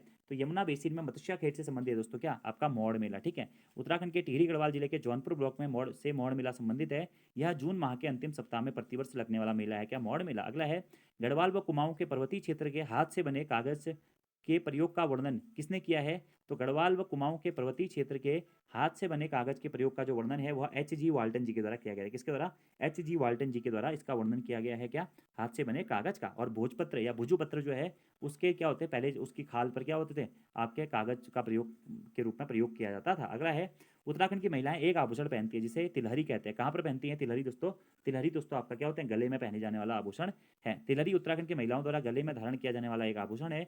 उत्तराखंड की महिलाओं द्वारा पहने जाने वाले आभूषण क्या है, निम्नवत है। कौन कौन से हैं, कान के आभूषण कौन से हैं, बाली हो गया, कुंडल हो गया, कर्णफूल हो गया, तुगेल या बुजनी हो गया, ठीक है। नाक के आभूषण क्या है, नथ या नथुली, बुलाक हो गया, गोरख हो गया, ठीक है। गले के आभूषण क्या है, तिलहरी हो गया, चंद्रहार हो गया, गुलबंद हो गया, झुपिया हो गया, सतुआ हो गया आदि, ठीक है। पैर के आभूषण क्या है, झिवरा, लच्छा, पाजेब या कंडवा। अगला है, सैयद, सैयद या सैद जो जागर में परिलक्षित होता है किससे संबंधित है, तो सैयद जो है हिंदू मुस्लिम एकता कबीरपंथी सैद्धाली पांडुलिपि। तो ये सैयद जो सैयद या सैद जागर जो हो गया यह इससे परिलक्षित क्या होता है, तो इससे कबीर पंथ भी परिलक्षित होता है, हिंदू मुस्लिम एकता भी परिलक्षित होती है और सैद्धाली पांडुलिपि भी परिलक्षित होती है। तो आंसर हो जाएगा ऑप्शन नंबर डी, यह सभी। सैद या सैयद जागर में कबीर पंथ, हिंदू मुस्लिम एकता तथा सैद्धाली पांडुलिपि परिलक्षित होती है। जागर का अर्थ जगाना है। यह उत्तराखंड तथा नेपाल के पश्चिमी क्षेत्रों में देवताओं की पूजा अर्चना से संबंधित है। अगला है, कौन सा एक वायु या सुशिर वाद्य यंत्र नहीं है, तो वीणाई, भकोरा, रणसिंगा या नागफनी, ठीक है। तो इसमें से वीणाई जो है दोस्तों यह आपका वायु या सुशिर वाद्य यंत्र नहीं है। वायु या सुशिर वाद्य यंत्र जिनको फूंक मार के बजाया जाता है, ठीक है। जबकि वीणाई क्या है दोस्तों, आपका यह एक घन वाद्य यंत्र है, क्या, घन वाद्य यंत्र है। ऐसे चर्म वाद्य यंत्र होते हैं, ढोल, दमाऊ, ये क्या होते हैं, हुड़का, ये चर्म वाद्य यंत्र होते हैं जो चमड़े से बने हुए होते हैं। जबकि भकोरा, रणसिंगा और नागफनी ये सुशिर वाद्य यंत्र हैं। उत्तराखंड में लगभग 36 प्रकार के लोक वाद्य यंत्र प्रचलित हैं जिन्हें अलग अलग वर्गों में रखा गया है। इनमें से सुशिर वाद्य यंत्र कौन कौन से, मुरली हो गया, जया मुरली हो गया, अलगोजा हो गया, भौंकरा हो गया, भंकोरा हो गया, रणसिम्हा हो गया, नागफनी हो गया, मसकबीन हो गया। वीणाई हो गया, ताल हो गया, आपका घंटा हो गया, ये सब क्या है, धातु या घन वाद्य यंत्र हैं, ठीक है। जबकि चर्म वाद्य कौन से हो गया आपका, ढोल हो गया, दमाऊ हो गया और हुड़का हो गया, ये सब क्या है आपके चर्म वाद्य यंत्र हैं जिसको चमड़े का प्रयोग करके बनाया जाता है। अगला है, निम्नलिखित में से कौन सा आभूषण हाथ में नहीं पहना जाता है, धागुल, गोखले, पहुंची या मुरखली, ठीक है। तो जो मुरखली आभूषण है दोस्तों वह क्या होता है, हाथ में नहीं पहना जाता है। मुरखली आभूषण आपका कान में पहना जाने वाला आभूषण है, जबकि धागुला है बच्चों को पहनाते हैं, गोखले हो गया, पहुंची हो गया, चूड़ी हो गया, अंगूठी हो गया, कंगना हो गया और पहुंची हो गया, ये सब क्या होते हैं आपका हाथ में पहने जाने वाले आभूषण है। जबकि मुरखली, गोरख, तुग्यल, कुंडल ये सब क्या है कान में पहने जाने वाले आभूषण है। मरोज क्या है दोस्तों, मरोज एक प्रसिद्ध त्यौहार होता है जो कि जौनसारी जनजाति के एक प्रसिद्ध त्यौहार के रूप में मरोज त्यौहार को मनाया जाता है, ठीक है। जौनसार बाबर क्षेत्र का एक प्रसिद्ध त्यौहार है मरोज नामक त्यौहार, जो कि क्या है एक जनजातीय त्यौहार है और माघ के महीने में दोस्तों यह मरोज त्यौहार मनाया जाता है। अगला हमारा क्वेश्चन है, सूचीबद्ध तथा सूची सेकंड को सम्मिलित कीजिए और सही उत्तर का चयन कीजिए, ठीक है, कि कौन सी बोली किस क्षेत्र में बोली जाती है, ठीक है। तो पिथौरागढ़ में दोस्तों आपको पता है पिथौरागढ़ को सौर घाटी भी कहते हैं, तो सौरियाली बोली जाती है कहाँ पे, सौरियाली पिथौरागढ़ में, ठीक है। डीडी हाट सीरा क्षेत्र हो गया, तो सीराली कहाँ बोली जाती है आपका, डीडी हाट में बोली जाती है, ठीक है। इसी प्रकार से जो बारामंडल क्षेत्र है, बारामंडल क्षेत्र यानी कि बारामंडल परगना आप मुख्यतः चंपावत और अल्मोड़ा वाला जो क्षेत्र है उसमें खसपरजिया बोली बोली जाती है, जबकि काली कुमाऊं में क्या होती है, कुमाई बोली बोली जाती है। तो आंसर हो जाएगा ऑप्शन नंबर ए, कौका 2, खौका 3, घोका 4 और घोका 1। दोस्तों इसके लिए मैं आपको बता रहा हूँ, जो मैंने वीडियो डाली हुई है ना उत्तराखंड की लोक संस्कृति वाली, यानी कि उत्तराखंड की लोक भाषा गढ़वाली कुमाऊनी वाली, उसमें मैंने इसका इतिहास भी आपको बताया हुआ है, वो वीडियो आप देख लीजिएगा वहाँ से। उसमें मैंने आपको एक क्वेश्चन आंसर की वीडियो भी दी हुई है, वहाँ से आपके ये पोर्सन जो होगा कवर अप हो जाएगा, आपको पता चल जाएगा कौन सी बोली किस क्षेत्र में बोली जाती है, कुमाऊनी की उपबोलियाँ कौन सी है, गढ़वाली की उपबोलियाँ कौन सी हैं। तो बारामंडल में खसपरिया बोली बोली जाती है, पिथौरागढ़ में सोरियाली, डीडी हाट में सिराली और काली कुमाऊं में कुमाई। अगला है, कौन सा आभूषण गले में धारण नहीं किया जाता है, तो तुग्यल हो गया। तो तुग्यल दोस्तों गले में आभूषण धारण नहीं किया जाता है, तुग्यल नामक आभूषण कहाँ बना जाता है, कान में पहने जाने वाला आभूषण है तुग्यल, ठीक है। जबकि गले में तिलहरी हो गया, गलोबंद हो गया, लॉकेट हो गया, मंगलसूत्र हो गया, हार हो गया, चंपाकली हो गया, हमेल हो गया, ताबीज हो गया, हंसुली हो गया, ये सब क्या होता है गले में पहने जाने वाला आभूषण है। जबकि जो तुग्यल है कान में पहने जाने वाला आभूषण है। अगला है, सूची 1 तथा सूची सेकंड को सम्मिलित करना है, ठीक है। कनफुल, तो कनफुल मतलब कर्णफुल, कर्णफुल मतलब कान में पहना जाएगा कनफुल, ठीक है। बुलाक जो आभूषण है दोस्तों, तेरी नाकें की बुलाक है, बुलाक नाक में पहने वाला, धगुला कलाई में पहना जाता है। तिमनिया आभूषण क्या होता है, गले में पहने जाने वाला आभूषण। आंसर हो जाएगा ऑप्शन नंबर बी, 2, 1, 4, 3। तो कनफुल कहाँ पर, कान में, बुलाक नाक में, धागुला दोस्तों आपका कलाई में और तिमनिया आपका गले में। अगला है, थाप, नाट और ज्योंती क्या है, तो थाप, नाट और ज्योंती दोस्तों ये क्या है, चित्रकला के प्रकार माने जाते हैं। तो उत्तराखंड की लोक चित्रकला में थाप, नाट और ज्योंती लोक चित्रकला के प्रकार हैं। इसे जन्माष्टमी, दशहरा या दीपावली जैसे त्योहारों पर अथवा उत्सवों के अवसरों पर दीवारों या कागज पर बनाया जाता है। क्या, थाप हो गया, नाट हो गया और ज्योंती हो गया। अलग अलग समुदायों द्वारा इनकी रचना में कई अलग तरह के प्रतीक और लाक्षणिक अंतर होते हैं। तो थाप हो गया, नाट हो गया, ज्योंती हो गया, ये क्या है चित्रकला के दोस्तों प्रकार हैं। अगला क्वेश्चन है, उत्तरकाशी के शक्ति त्रिशूल मंदिर में 2 स्थानों पर कौन सी लिपि में अंकित किया गया है, तो उत्तरकाशी में जो शक्ति त्रिशूल स्थित है यहाँ पर दोस्तों उत्तर ब्राह्मी लिपि का प्रयोग और संख लिपि दोनों का ही प्रयोग किया गया है। तो आंसर हो जाएगा संख लिपि ऑप्शन में है, तो संख लिपि। अगला है दोस्तों, हमेल क्या होता है दोस्तों, हमेल क्या होता है, एक प्रकार का आभूषण होता है जो कि सिक्कों की बनी एक माला टाइप की होती है जिसे चवन्नी माला भी कहते हैं और इसे गले में धारण किया जाता है। तो सिक्कों की बने गले की माला को हमेल कहते हैं, जिसे चवन्नी माला कहते हैं। असरफी या पुराने रुपये के धागों से गूंथ करके इसको बनाया जाता है। अगला हमारा क्वेश्चन है दोस्तों, क्या झाली माली देवी की पूजा पद्धति पांडुलिपि का पता किसके द्वारा लगाया गया था, तो झाली माली देवी की पूजा पद्धति की जो पांडुलिपि है इसका पता डॉक्टर यशवंत सिंह कटौज जी के द्वारा लगाया गया था। यशवंत सिंह कटौज जी की एक पुस्तक जो हम सभी लोग पढ़ते हैं, उत्तराखंड का नवीन इतिहास भी है। और झाली माली देवी जो इनकी पूजा पद्धति की पांडुलिपि की खोज है डॉक्टर यशवंत सिंह कटौज जी के द्वारा की गई थी। झाली माली शब्द की उत्पत्ति झालमाल से हुई है, जिसका अर्थ एक समूह समाज जो पूर्णता के साथ फला फूला होता है उसको दर्शाता है। अगला है, निम्नलिखित में से कौन कौन सी अनुसूचित जनजाति उत्तराखंड में पाई जाती है, तो भोटिया, जौनसारी, बुक्सा या उपरोक्त सभी। तो ये दोस्तों सभी क्या होते हैं आपका अनुसूचित जनजातियां उत्तराखंड में पाई जाती है। 5 अनुसूचित जनजातियां हैं जो मैं आपको बता चुका हूँ। अगला है, मौलाराम दोस्तों कौन थे, मौलाराम क्या थे, एक प्रसिद्ध चित्रकार थे, गढ़वाली चित्रकला शैली के। इनके पूर्वज क्या थे, सुनार से संबंधित थे, ये भी आपको ध्यान रख लेना है। तो मौलाराम एक प्रसिद्ध चित्रांकन शैली के महान आचार्य, राजनीतिक कवि और इतिहासकार के रूप में जाने जाते हैं। गढ़वाली शैली के प्रसिद्ध चित्रकार के रूप में भी इनको जाना जाता है। अगला है, मातृ सत्तात्मक व्यवस्था उत्तराखंड की किस जनजाति में पाई जाती है, तो मातृ सत्तात्मक जो व्यवस्था है उत्तराखंड में अधिकतर जनजातियों में मातृ सत्तात्मक व्यवस्था पाई जाती है और मुख्यतः थारू पे, बोक्सा में और जौनसारी या राजी और जो हमारी भोटिया जनजाति है, इन सब में से जो आपका मातृ सत्तात्मक व्यवस्था है वह दोस्तों आपका किसमें पाई जाती है, थारू जनजाति में मुख्यतः मातृ सत्तात्मक व्यवस्था पाई जाती है। किसमें, ऑप्शन क्या है, थारू जनजाति, ऑप्शन नंबर डी यहाँ पर हो जाएगा, ठीक है। और जौनसारी जनजाति में दोस्तों क्या होती है, जौनसारी जनजाति में भी पहले मातृ सत्तात्मक व्यवस्था पाई जाती थी, लेकिन प्रेजेंट में शायद पितृ सत्तात्मक व्यवस्था पाई जाती है। तो इनको आप एक बार देख लीजिएगा, ठीक है, मातृ सत्तात्मक किसमें है, पितृ सत्तात्मक किसमें है, डिटेल वाली वीडियोज में मैं आपको यह करवा चुका हूँ, ठीक है। तो मुख्यतः जो थारू जनजाति है, इसका आंसर थारू ही दिया गया था एग्जाम में। तो थारू जनजाति में क्या होता है, आपका मातृ सत्तात्मक व्यवस्था पाई जाती है, और ये दीपावली को शोक पर्व के रूप में मनाते हैं। अगला हमारा क्वेश्चन है कि रिंगाल का उपयोग किया जाता है। तो रिंगाल का उपयोग किसमें किया जाता है दोस्तों, कालीन बनाने में, कटोरा बनाने में और टोकरी बनाने में, ठीक है। तो रिंगाल क्या है, कालीन, कटोरा और टोकरी बनाने में इसका प्रयोग किया जाता है। रिंगाल एक ईख जैसा बौना बांस होता है। रिंगाल से कई तरह के हस्तशिल्प जैसे टोकरियां, झूले, कुर्सी, टेबल, दीवार सजाने का सामान, कटोरा, कालीन आदि निर्मित किया जाता है। रिंगाल की जड़ें काफ़ी मजबूत होती हैं, इसका उपयोग भूस्खलन को रोकने के लिए भी किया जाता है। तो ये थे दोस्तों आपके 200 क्वेश्चन जो कि उत्तराखंड के आर्ट एंड कल्चर से संबंधित हैं। और ये आर्ट एंड कल्चर दोस्तों इंपॉर्टेंट भी है और आपके एग्जाम में भी पूछा जाता